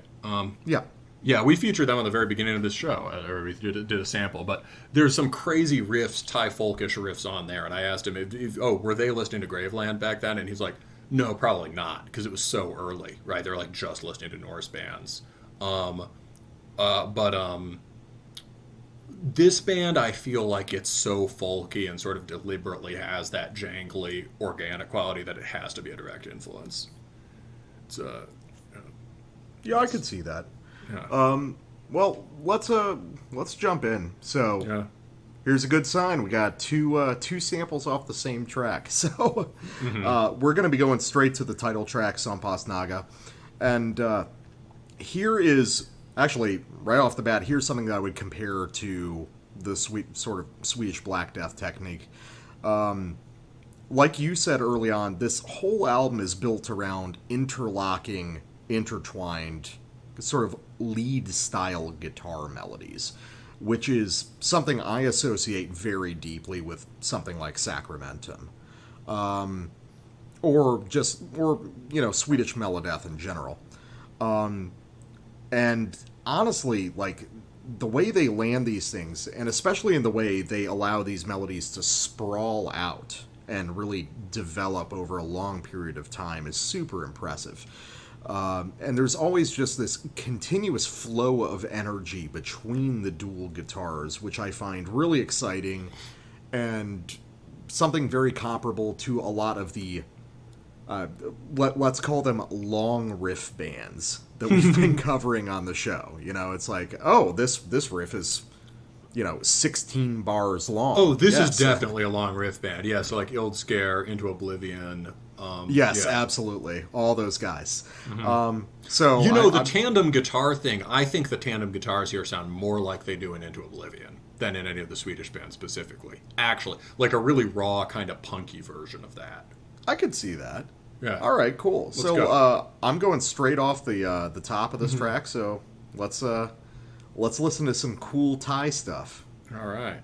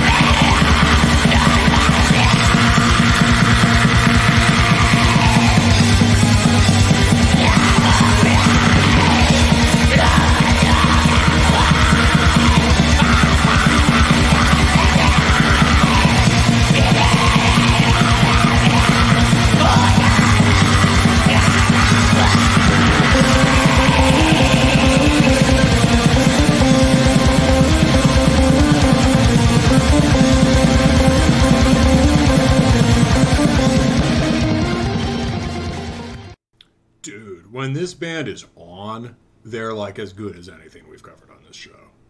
Yeah, no, they're that was just like, yo, kid, stupid kid, like trying to clone Vothada in your room. Like, these are the kind of elaborate flowing riffs you think you're writing, and you should just quit guitar. Like, this band is flattening you, and they actually sounded rooted in tradition. Well, what's so impressive to me is that they're doing riffs that compelling, but with a I've gone back and forth, but I think I really like the production job on this record. It has what? No, this is a kind of production job I tend to like, and that sometimes I think you dislike. So it's cool that you like this one. Well, yeah, because it's a sort of flatter, drier production than I usually like, but what it lends itself to is providing this incredible clarity, this like lucid, like clear water clarity to these riffs, where it's the only thing you can focus on, and you concentrate on just how long and how elaborate these interlocking riffs are between the two guitars. And then you get the additional voice from the either clean guitar or Thai folk instrument. Listening to it again, I think it might be a Thai fiddle. When it drops at the end, they drop back into the main riff and the folk fiddle picks it up. That's so heavy. It's awesome. Like, it's deep. The way they play when they're in these, I would say that this record has, it has passages where it's a little bit slow, and then it has these passages that are just like riff on riff on riff on riff. Like just like, and you can tell that the whole thing is composed. Like that whole section you sampled, all those are not, they weren't like knocked out independently of each other and pasted together. Like that is, maybe they were written independently. They're all independently sick riffs, but you can tell that that is a structure. That's like a Thai temple built out of riffs. You can even sort of see it rise toward the middle and fall on the other side. Well, it's got that vertical quality of something like Into Oblivion, of just, this agglutinative process of all these riffs piling together to create something really exciting and really dramatic. In the way that, old school second wave bands would do, but in a completely different melodic framework. Yeah. It creates, like, you can like hear the root notes and the high notes rising as they go through, and then it falls off, and then they drops to the folk riff. It's so skillful. And now that we've heard it, I can hear more what you mean by the Swedish thing. Part of it is that I listen to more Dawn than Sacramentum these days. I've been meaning to go listen to Sacramentum again. I just got annoyed by all the bands biting them, but none of those bands sound like Sacramentum. Sacramentum's way harder. So, yes, that's certainly a lot like the Sacramentum tandem guitar. It's Dawn, I think. I mean, I know jack shit, but I think Dawn often has either more like both guitars playing interlocking, meshing chords, like two rhythm riffs, or like one sails off on a lead. But like Sacramentum, either way I hear the connection. You sort of some of the powerful chord changes that like actual key change or serious chord change moments that happen are kind of like any of the big Swedish bands. Also Sacramentum sounds never mind. But I think the most unique but I think I did hear it at first because the entire melodic sensibility is so different. And one thing that really strikes me is so like the pacing of the riffs is different from these kind of like the Swedish riffs will sort of have this furious storming attack, or they'll sort of elegantly glide, this is just paced totally differently. So one thing that's interesting to me is that they'll, like Into Oblivion, they'll draw out single chords for a really long time. Or single strings, as you're saying. Like, it's like two guitars playing in tandem, single strings. They really force you to listen to the note for longer than our ears are used to. Yeah, and I think that has to do with one of my primary theses about this record, which is that it structurally has much more to do with Thai folk music than a lot of folk black metal bands do with their constituent folk element. I've done some traveling around Thailand, and I've heard a fair amount of Thai folk music, and it has interesting qualities to it that are brought forth on this record that are not typically heavy metal in the way that you would normally understand it. A lot of Thai folk music is extremely repetitive and kind of drony. Like this is very drony. It's very drony, and sometimes that's an asset, and sometimes it's a problem. I would say they stick the landing more often than not. I mean, we'll get into that a little bit later. Yeah, about for where sure. it works and where it doesn't. But Thai folk music melodically is very interesting because it's sort of halfway between typical sort of Asiatic melody and like sort of raga style Indian subcontinent melody. Yeah. So you're getting a lot of these sort of big pentatonic style kicks, like old school like Indo-European things. Those aren't. Those are like the pentatonic thing is more like Southeast Asian thing. Like there are different pentatonics. They're not all Indo-European. Yeah, but like in terms of the Indian influence, that's what I mean. Oh, I would imagine that the Indian influence comes through more in the... there are a lot more half steps in this. than you'd usually get in, I think. I mean, I'm just thinking about certain kinds of, you know, when I think about Japanese and Chinese traditional music, all I got to go on is stereotypes there. So I'm thinking about like koto music or whatever, right? Where it is this kind of like very like open pentatonic. I'm thinking about like that. I hear the pentatonic stuff related to that. Whereas I feel like some of the more like tense intervals in this stuff, or say like that sort of like, yeah, there's some of the more use of half steps and more use of things that sound closer to Western major minor. Okay, I can see that.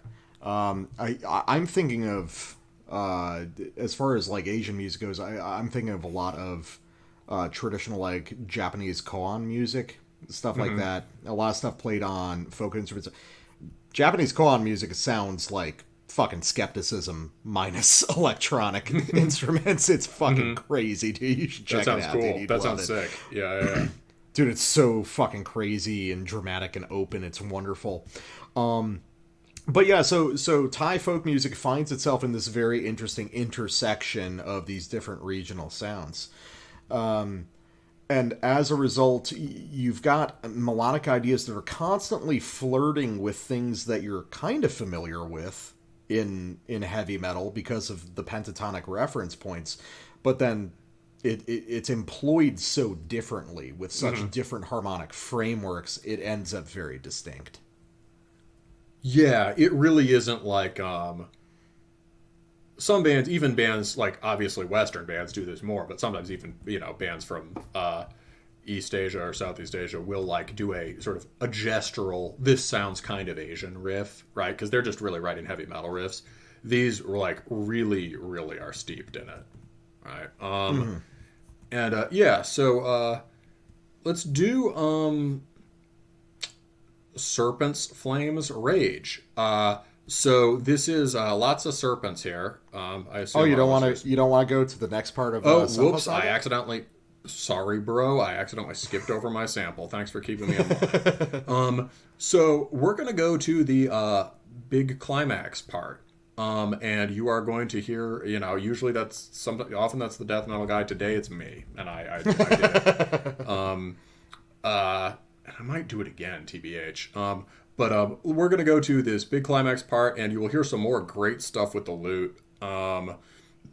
It's a long sample, but that's, again, to help you see one of these big kind of architectural structures they're building with the riffs, where they all pile on.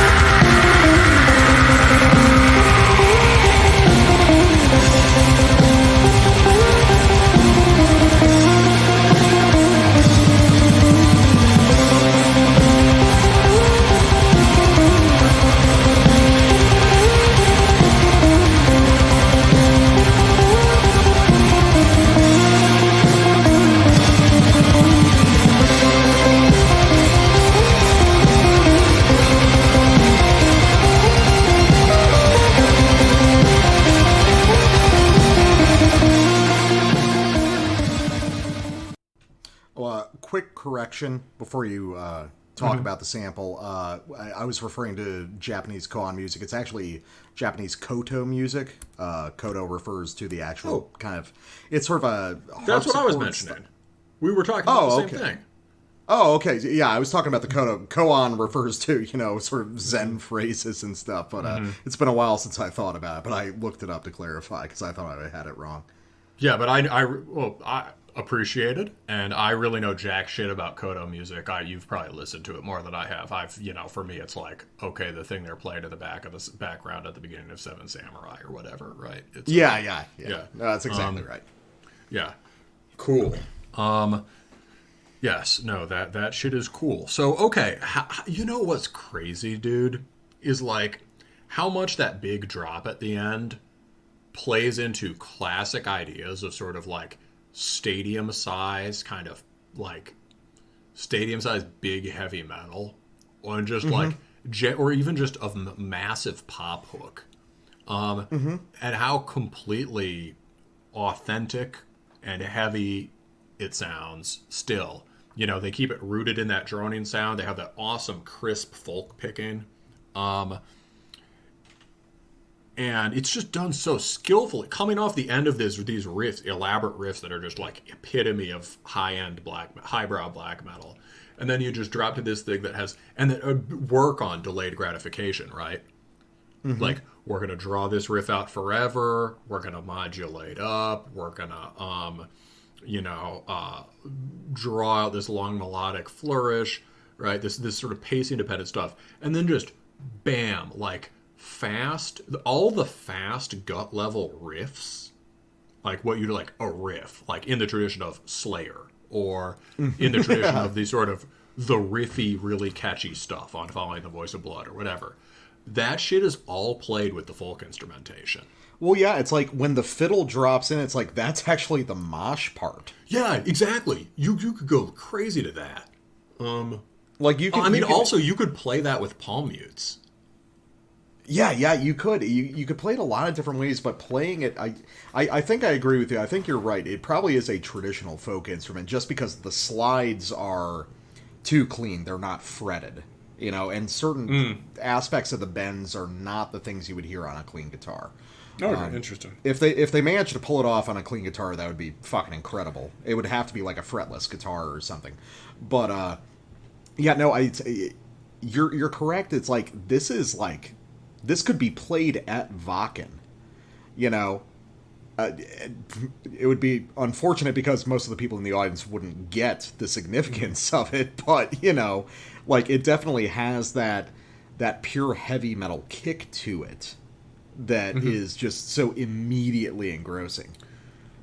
The other cool thing, right, is although they're skilled in doing this sort of gut level thing, it's just like, take the moment before that, right, where you've got the big moment with all those riffs, right? That's usually supposed to be like the core, you in a conventional, in a more, these really aren't remotely structured like poppy or conventional black metal songs. And in a conventional black metal song, even one that's not that poppy, those would function sort of like a chorus or something.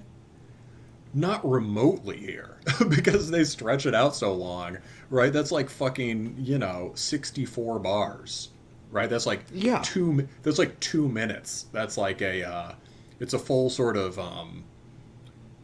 section or like space in the song, and they just sustain this level of one thing to the next intensity that you usually only get in choruses for that long.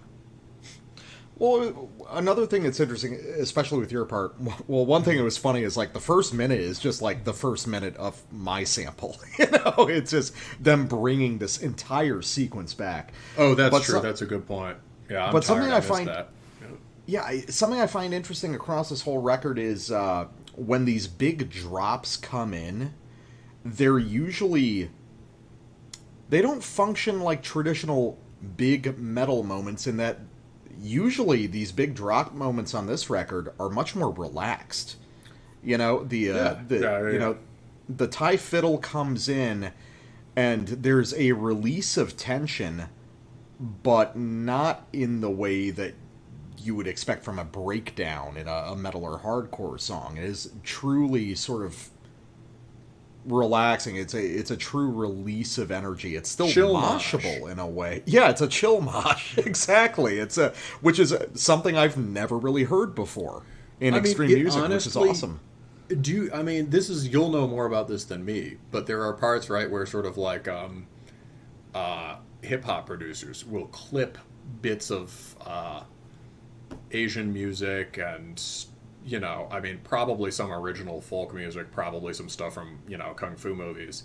They'll clip it and, they'll sample it and often use that to make like, I don't know, I'm just remembering, I don't really listen to hip hop anymore, but I remember when I used to smoke more weed, right? Listen to, there'd be like certain Lil Wayne songs or like certain, really early kind of trap type songs where just like the hook will be some sort of echoing kind of Asian folk melody, and I always really liked those. Even Rough Riders Anthem is kind of like that. And like it's massively heavy, just not in a metal way. And this is heavy more like that. I can see that. The other cool thing they do with that one riff also is that, again, it's like then you get to that big folk riff and you're like, oh, this is the chorus. And then they repeat it for like 2 minutes. Yeah, it's not a chorus. It's like it is. This is. It's it literally is structured more like Southeast Asian folk music. It's not. It doesn't have the same structural conceits you expect from metal. And Southeast Asian folk music and like a 10-minute long Norwegian black metal song. Not even the Swedish stuff, because the Swedish stuff isn't as repetitive. But it's like, okay, here's the last riff on the Dark Throne song. I hope you like this riff. Enjoy the next 3 minutes. Yeah, because like on the 10-minute Dark Throne song, there is also not a peak in the way that you would expect from heavy metal. Yes. This is very demanding. This does some very heavy metal things, but it really speaks to all that is most inaccessibly black metal about the genre, which is pretty cool, both in terms of like the sense of ancient folk quality, the sense of kind of difficult riffing, difficult structure. There's a lot to appreciate here. So, definitely. What do you think are some of the limitations? Well, I feel like the repetition. I've gone back and forth on it. I've listened to this record a few times now, and there's sections where the extreme sort of repetitive droning nature of the music doesn't work as well, because the centerpiece of this album are those climactic moments where the Thai fiddle comes in. Like I think it's hard to argue that everything is not structurally reaching towards those moments. And sometimes there are very drawn-out extended periods where that doesn't hit, where it's just, tension-building, structural stuff, where I can get lost in that a little bit. And completely agree, yeah. Yeah, and I would say that's especially an issue, because one thing is, all of our samples are off the last 3 songs. I think that's especially an issue on the first 2. Because you've got 2 tracks, an interlude track, and then the final 3. And I feel like after the interlude, this album takes off. Yeah, so just make the intro. We both think this would be stronger as a substantial EP, right? I mean, it would still basically be a full length. Actually, it would be a full length, by my understanding. And if you took the interlude and just said, this is our long Bathory-style intro, there's a really respectable full length. That's like 40 minutes. Yeah, and it's like, I can't even tell you what exactly is different about the first 2 tracks, but they're just not as strong as the rest of the album. I've thought about this. So here's a thought. It's like, how would I articulate this? It's like, the big folk drops, great. The big sort of riff palace moments, great. When they're doing something that's more like a verse riff or a sort of a kill riff, sort of like basic driving riff in a black metal song, like, your thrash beat song and the thrash song, whatever. When they're doing these sorts of simpler, supposed to be like more aggressive riffs, I think that's where it flags. And the first couple tracks have a lot of that. And usually what it is these same very elongated melodies, but just so playing these very long riffs is just like 4 notes in them.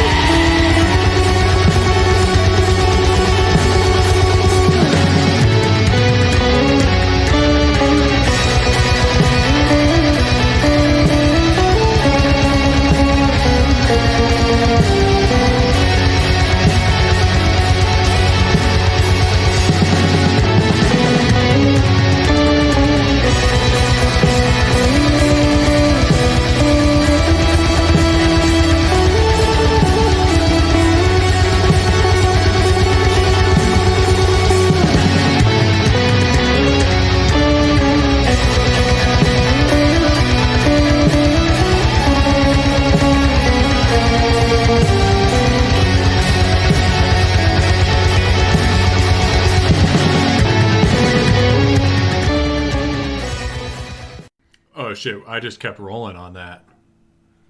Oh yeah, it's awesome. It's these guys have very smartly and luckily arrived at a certain melodic technique that's so unfamiliar to us. Mm-hmm. There can be another 20 albums in this vein before we get tired of this. That's a good point, buddy. Yes, this band, the thing I was complaining about last week, and not really complaining, but, sort of nitpicking about with Passeism or whatever that we were debating, right? This band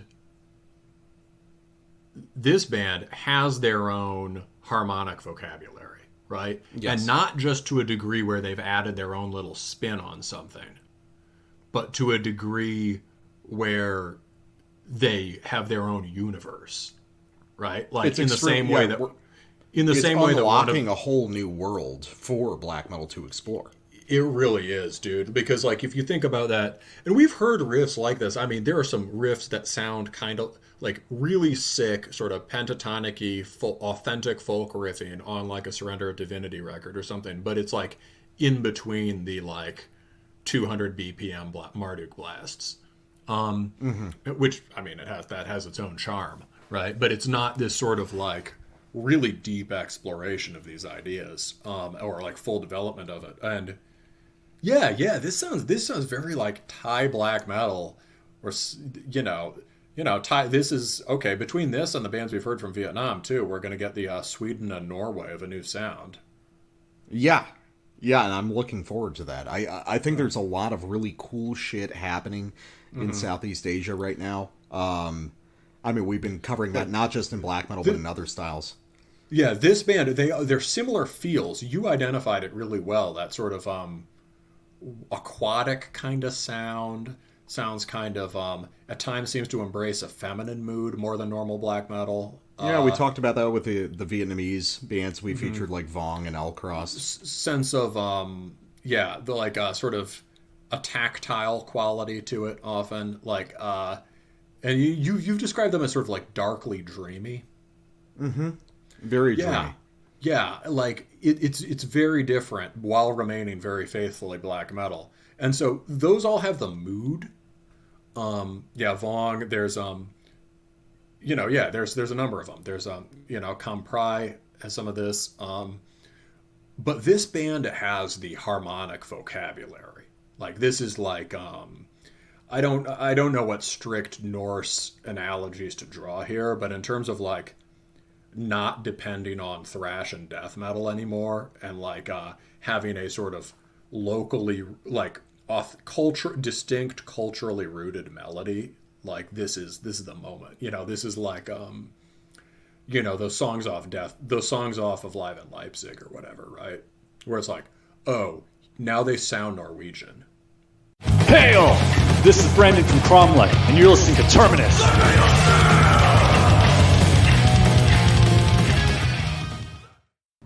All right, we're back with our final record of the night, and we are staying, as we like to do every few episodes, in the Global South.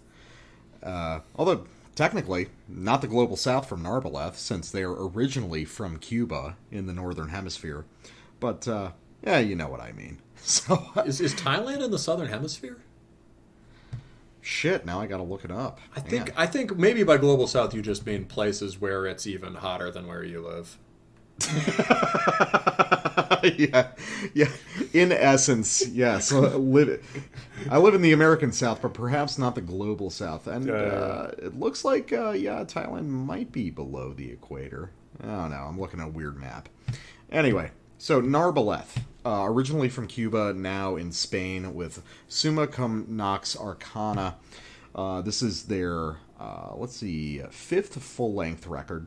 Whoa. And as I say at the top of the show, I saw Narbeleth. My first exposure to them was at Under the Black Sun, probably 2014, where they were playing, as far as I understand, one of their first shows outside of Cuba. And now it's interesting to see that they're on Folter Records, who are possibly the main people behind Under the Black Sun, or at least a major sponsor, because there's a ton of Folter Records bands on that festival. No, it's organized by the dude from Folter. Oh, okay, Yeah, cool. Yeah, Jorg, I figured I think, as yeah. much. I just didn't want No, to say it out. Great if I was festival. incorrect. Great festival. Great label. Yeah, absolutely. Yeah. Like Folter is like one of those things where it's like, what kind of labels do we want to support? Well, that kind. Folter, absolutely. As far as straight up, well-rounded black metal labels go, there's very few in competition with them these days. Yeah. So Narbeleth, when I saw them originally, were playing a very sort of a second wave tribute style with some sort of idiosyncratic melodic ideas tucked in. And, you know, I enjoyed them when I saw them. They were very kind on stage, very excited and very nervous. And I was like, what the hell? They've got a new record coming out. Let's see what happened. And I was very pleasantly surprised by this record. This shows a ton of development from the early days where I first saw them, and it makes me want to investigate the last couple records to see where that switch kind of happened and they really found their own style. Yeah, I'm sure I checked this band out before because it's probably like Folter, like, hey, really good black metal band from Cuba. And I think in the past I clicked on it. It was just like, oh, sounds kind of like Sargeist, and just, you know, clicked off.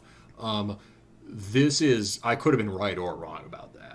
Right, you know, like, you know, because it does sound kind of like Sargeist. I was gonna say, you know, yeah, and in terms of like some sounding a bit, this doesn't sound that Finnish, but in terms of like, this is a place where I'm gonna say, in terms of the Finnish thing, it sounds like, it does sound like Sargeist more than Satanic Warmaster. Yeah, I would agree with that, but it sounds like people who hear Sargeist as a kind of second wave black metal band, like that Mexican band you played us a while ago that was related to Tiradero. Or maybe it wasn't related to Tiradero. Maybe it was just another Mexican band. Oh, shit, yeah. They were playing this Sargeisty stuff, but it just didn't sound like, quote-unquote, melodic black metal or Finnish worship. It was like it was like spectral something. But yeah, look back, but, whatever. So, point being, if you like that sort of thing, you'll probably like this, but this is a really different take on it with a lot of different influences. Yeah, absolutely. And you wrote something in the notes that I thought was a pretty good description, which was something to the effect of, you know, guys who are dedicated kind of traditional black metal dudes keeping up with the times, learning some lessons from newer styles, but not compromising the nature of the band for it. Yeah, this is written with a deep sense of the history of the genre, and a bunch of things that are no longer seen as, they are not doing the thing that often leads to, at best, an interesting genre exercise, which is like take a relatively modern scene and sort of like do your worship project, right? This is far from that, or just the whole idea that for a lot of bands, black metal history, like, even if they have a deeper cut sense of it, starts in like 2000, right? This is they have that complete sense of the history. Overall, this is written like older stuff, and I would say what it really reminds me of is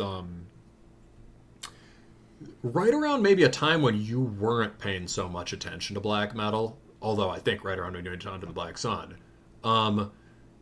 This is kind of like what the stuff that was really promising then sounded like.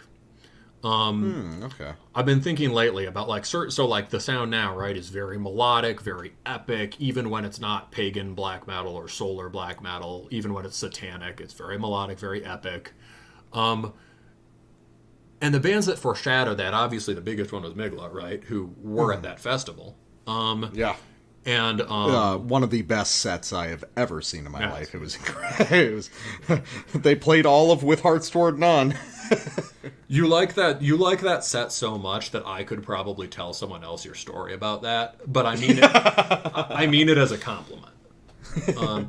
You know, I think you said something like, "I swear I saw someone's head fly off in the pit." You know? Dude, we were in the forest outside Berlin, and the stars were so clear out, and everyone was just chilling until With Hearts Toward None 7 came on, the final track off the album, the final track in the set. And yes, when the blast beat kicked in, I believe I saw a man become decapitated during that. That was his...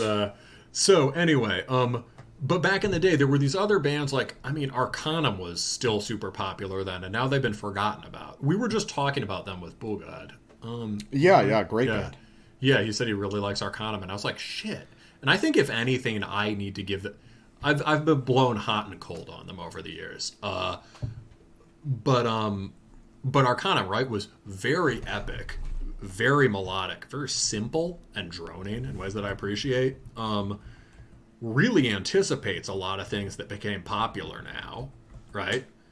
But sounds nothing like them, and sounds sort of like very aggressive and sort of deliberately retarded in the way that like a bunch of the 90s stuff did, right? Another good example is Lluvia, Lluvia, who were a I think Mexican originally, and it was originally a one-man project, but very sort of monolithic sounding melodic black metal that before that was a thing sounds much darker than a contemporary equivalent. Something else we heard recently reminded me of it, maybe the Oriflamme. I can't remember. But like there were this series of bands that were sort of pushing towards the thing that is the norm now. And they were all very popular at the time and have kind of been forgotten and in many ways are more interesting and substantial than the things that have replaced them. Yeah, I can see that. And I can see how Narbeleth would slot into that, being in this very kind of liminal space between more traditional kind of aggressive styles of black metal and the more melodic, vast stuff that's become overwhelmingly popular now. But I think in addition to that, there is a distinctive quality to this music that's kind of drawn me in more than I would expect. And it's something that I'm associating now with a lot of the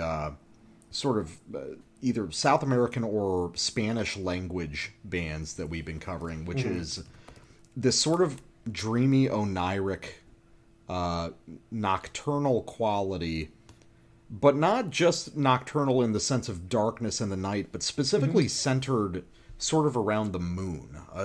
Sort of like the moon, the tides, a sort of magical, natural quality, yet not really pagan in the way we think of European black metal for the most part.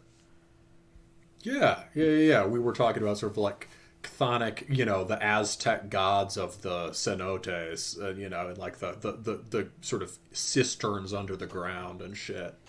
Yeah. And obviously I would draw a comparison from this, although melodically they're very different, to a band like Ancient Spheres, who is a band that I keep coming back to on this show, and it's like I'm wondering if they're going to be a dark horse for year end, because that's such do you a cool listen record. to that on the reg? I always forget about it, but it's so cool, and now that it's summer, I should be jamming that. I should also be jamming the Kalakuma. I've listened to it a few times since we covered them, and it's like definitely as we get towards the heat of summer, it's that becomes pretty cool music. Those hot summer nights, listen to that, walk around, that's pretty tight. But let me play a quick sample so people know what we're talking about. So let's listen to a track called "A Throne Over the Seven Stars." And here's one of the subtle things that's very cool about this band that I'm betting you probably appreciate, which is that you've talked on this show about not liking black metal riffs that are what you call grid written, a series of eighth notes that are like a scale run, very Sargeist style. Well, one thing you can say about Narbeleth is there's one band that's allowed to do that, which is Migla. Pretty much. Yeah. So you have to be better at melody writing than anyone in the world. But the thing with Narbeleth is that you can definitely say none of these songs are grid written, because all of these riffs tend to have a distinct rhythmic character that is very unique to them. And you're going to hear some of that on this sample. So let's try out a Throne over 7 stars. Cool.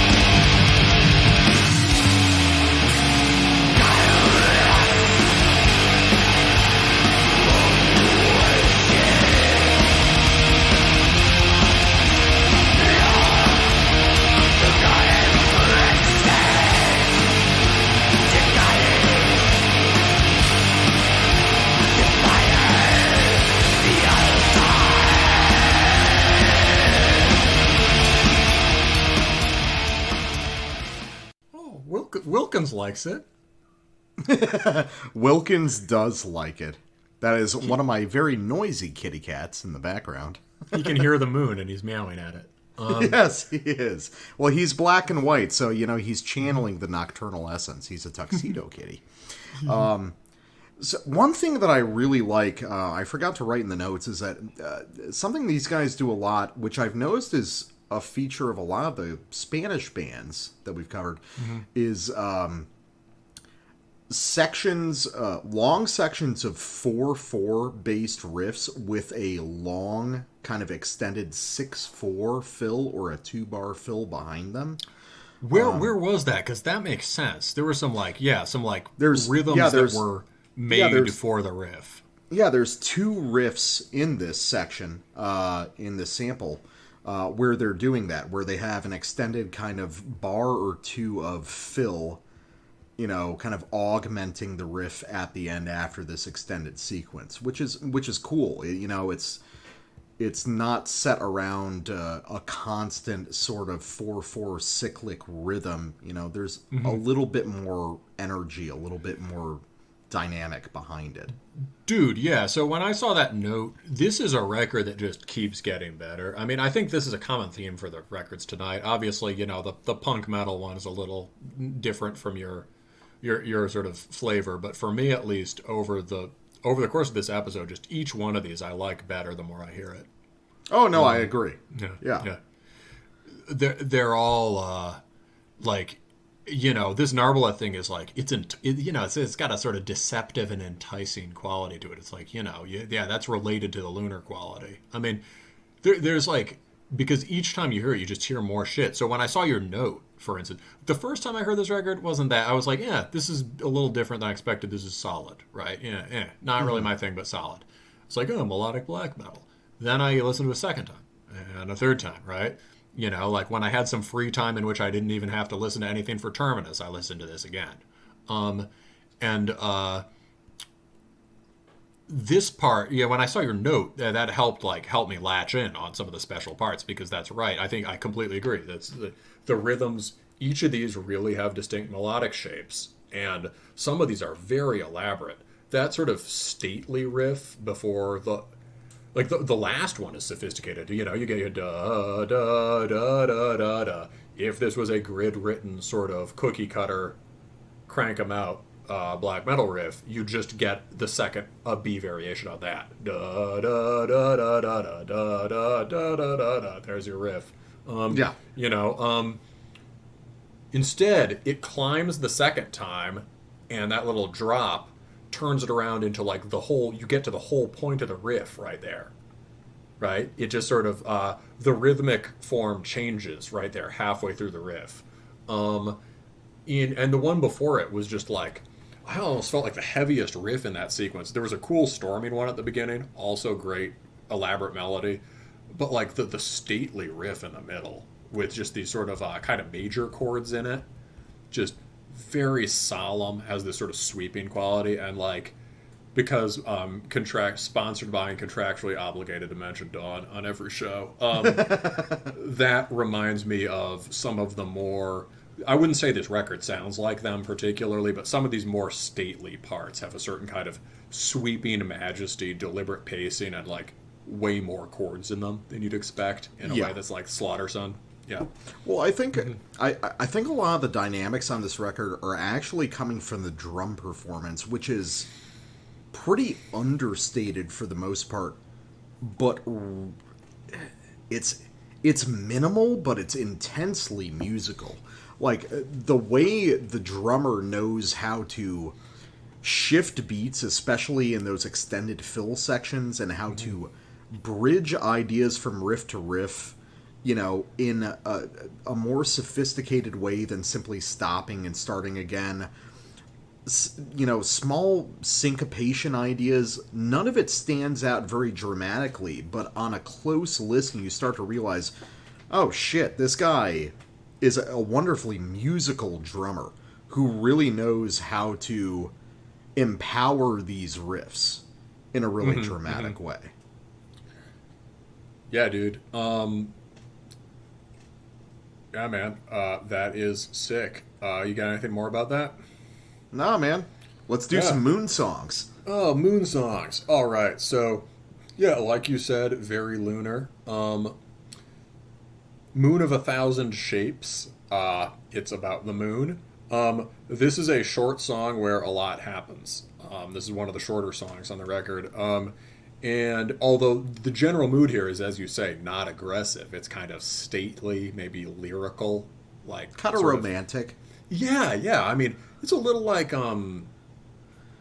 it's a little like that Flamen record we listened to the other year that on the proto Terminus episode that has not been released, but has this kind of moonstruck in love quality to it. Yeah, sort of rapturous, you know, sort of like you've been swept away by a summer night with a lot of fragrance on the air, right? A lot of the record is like this. However, you do get some parts that go for storming old school black metal. This has that. And then, you know, later in the song, it opens out on another one of these wonderful, whimsical sections, and then it'll lock in back to the main riff. But let's go to the fast part, because we like the fast part. Let's do it.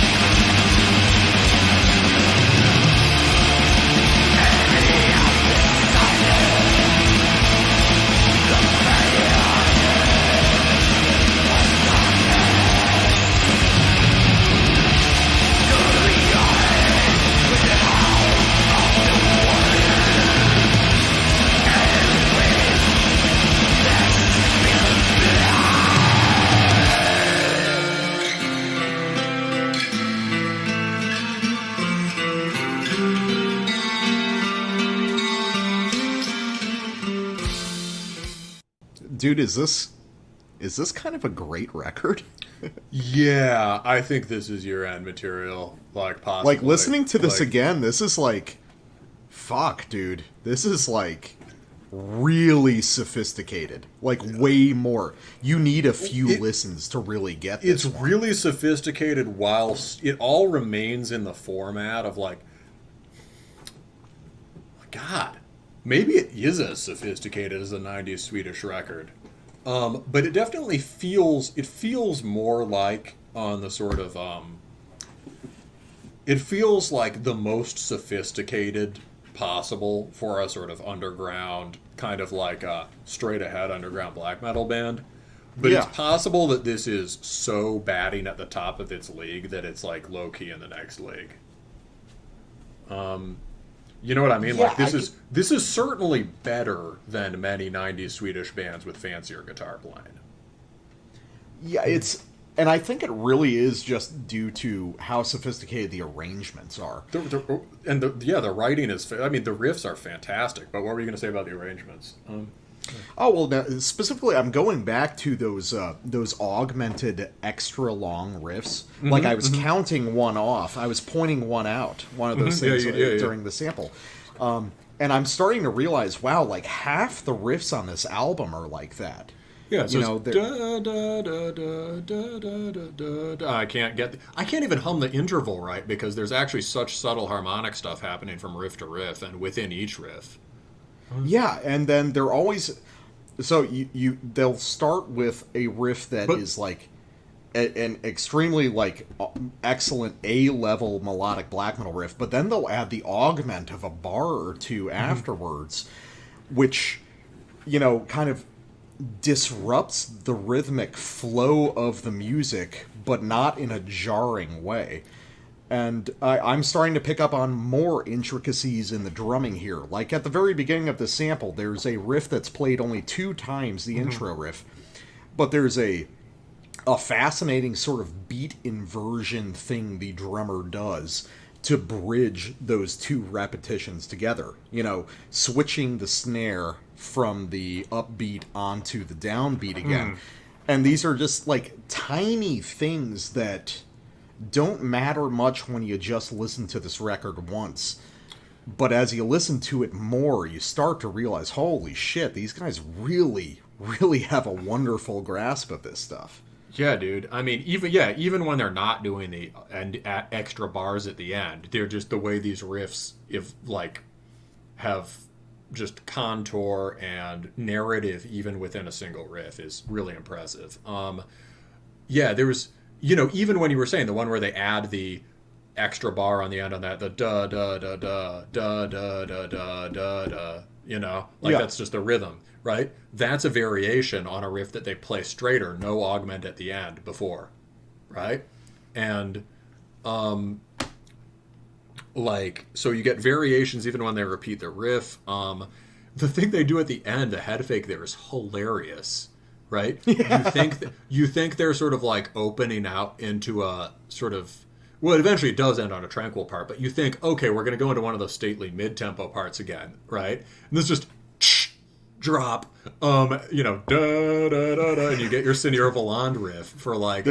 There's a lot of parts on this record where they fake a delicate part, and then a blast drops in out of fucking nowhere. You get the literal like 4 chords on this record that sound like modern melodic black metal is supposed to sound.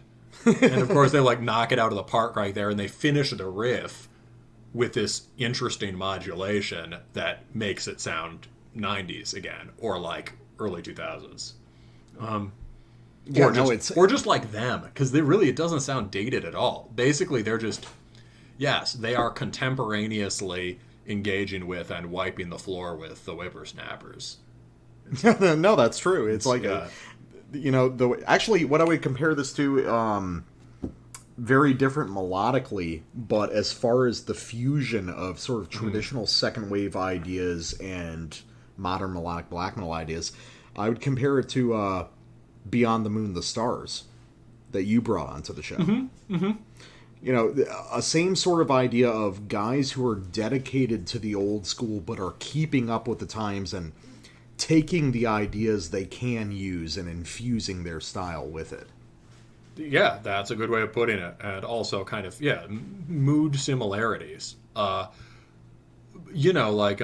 I would say the main riff there, in terms of like the more aggressive riff, the one that they vary in the interesting way, that sounds like Arcana. You hear like there's a drone. Yes. There's like the bass or another guitar is droning the root note, and you get that kind of strained thing where you get that cool dissonance and tension where he's like using certain aspects that you might get in a more Eastern scale, but it doesn't sound Eastern at all. Mm-hmm.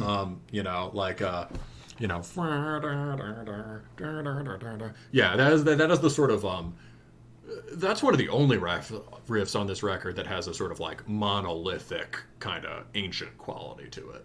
Right. Yeah, definitely. Mm-hmm. Yeah. All right, so towards the most primitive matter of our nature. I actually really like these song titles. I do too, dude. They I don't know how these guys managed to make it very black metal and extremely chill at the same time. But that's what I was going to say about the overall impression, is that when you listen the first time, it really just flows by in the way that a lot of modern stuff does, and or a lot of more trendy stuff. And that stuff just flows by because it sucks. And you'll hear me like complaining about things on the show sounding too smooth or whatever. And it's a hard thing to define. Partly it's those grid-written riffs, partly it's production and harmonies and production. Stuff that just, it's so, flowing is good, but there's some sort of just smoothness that just goes by you. And this has the thing that's good about that. Has the sort of sensuous quality about it. It has the sort of easy to listen to in a good way quality about that. But then just every time you look closer, there's more there. And it's like, if you listen to the guitars don't sound pejoratively smooth at all. And the tone is actually pretty rough. Like, it's like burly low-end tone, which is another Arcanum thing. I like how well-rounded the production on this is. It's got the appropriate grit for underground black metal, but it's not, it's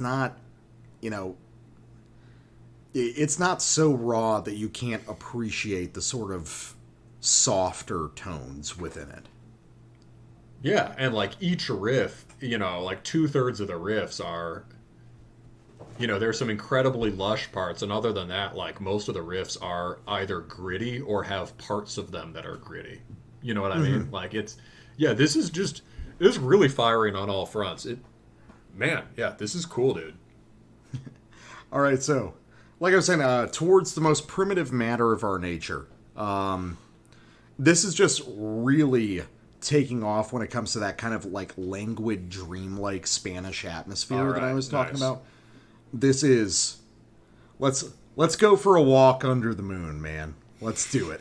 All right, bro.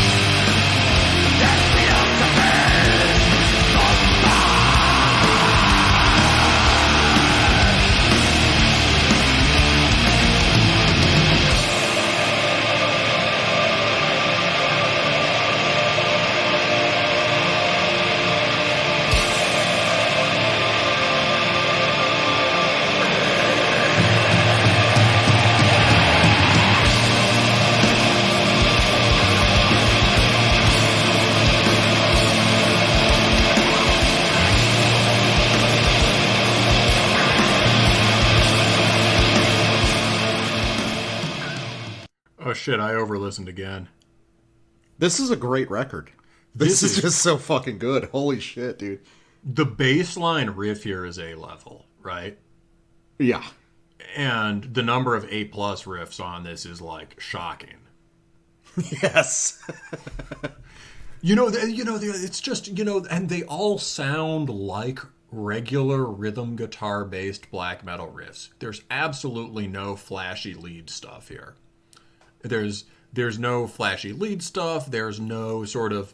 They don't generally mark things off as this is the big riff, with one exception.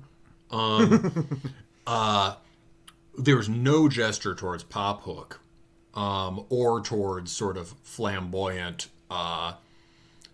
certain kinds of flamboyant riffery you'd get from like some of the dark metal bands or whatever, right? This is just like, it sounds like it's all down the line, and the line is just incredible.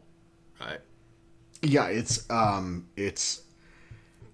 got, as far as organic riff arrangement goes, this has got to be towards the top of the heap for the year. Like, I mean, you always talk about the idea of every riff being essential to the one before it, unnaturally, and there's very few records that embody that better than this. Every riff is a natural conclusion of the one before it.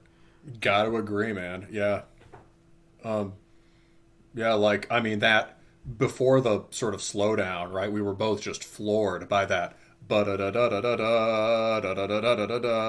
sort of starts off with a rhythm. It could almost be like a heathen BM thing, right? You could almost get that in a Graveland tune. And then that's just the seed melody. That's like they do a classical thing. That's the springboard motif. And then they just take that rhythm and patiently walk it through. No hurried sort of triplet picking.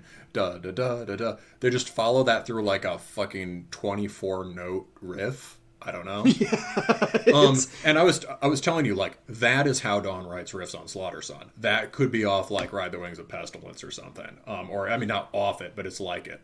So I mean, I'm actually thinking that probably is. I think these guys just. You said this in the notes. You're just like, if you ask these guys what kind of genre black metal they play, they just say the good kind. Yeah, because it's not. You can't tie this to a particular regional scene or a greater style. It's extremely full spectrum in a way. Yeah. It sounds like they like Sweden and Norway a lot, and like they are Spanish, and then there's some responsiveness to the newer stuff in between. And by Spanish, I mean, in the general sense. Yes. Yeah. It's so fucking good. Yeah, man. It could just be because we're both working a lot this week, and it's a weeknight, and it's late, but I feel like I'm tripping. No, I get the vibe. It has this very, like I've said this, like with Ancient Spheres and stuff, it's like this almost sensual kind of, wonderfully organic, nightside stroll atmosphere. I might try playing this for a lady. Come in. You should play this for a lady. There you go.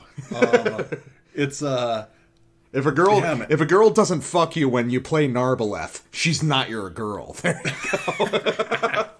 There you go. So, I was gonna play this big climax part off the end of the record from "Hear the Pale Moon Speak the Arcane Secrets," but let's leave something for people to discover. Just incredible. However, I do want to play one more riff, and this is sort of my, when I started this record starts with a huge riff. And when I started it, I was like, oh no, is this a big riff record? At this point, we're in such an elaborate, flowery style that you can be a bad band that still writes big riffs. And they're just like bands oriented toward delivering big riffs. And it's like, here it comes, the big riff. All right. Oh my God. And whether it's, is this kind of inadvertent poppiness to it. And, you know, you can write, yeah, you can even write a good big riff and it will still suck. And like, I thought this was going to be one of those records that's like a big riff delivery system. Mm-hmm. They do it once on the record. It's the first riff, and they never do it again. Which I have incredible respect for. And damn if the first one isn't good. Like, it got stuck in my head. So, like, this is the exactly the kind of riff that sort of sounds French, sort of sounds Finnish. Everyone's playing them now. I'm sort of, at this point, committed to being grumpy about all of them. And I hear this, and I was, like, walking around outside last night, like, hell yeah. So let's just listen to the beginning of the record. We're going to go to Nox Arcana, baby.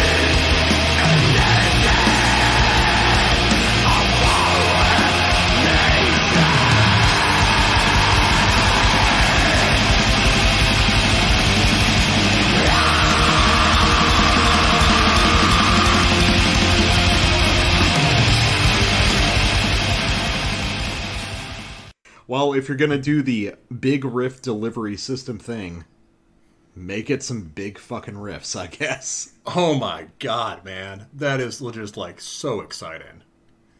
You know, That's wonderful. Between this and the Lotus of Darkness, 2 records tonight have made me want to do the Graveland Wolf Howl. And I can't do that because I live in an apartment complex.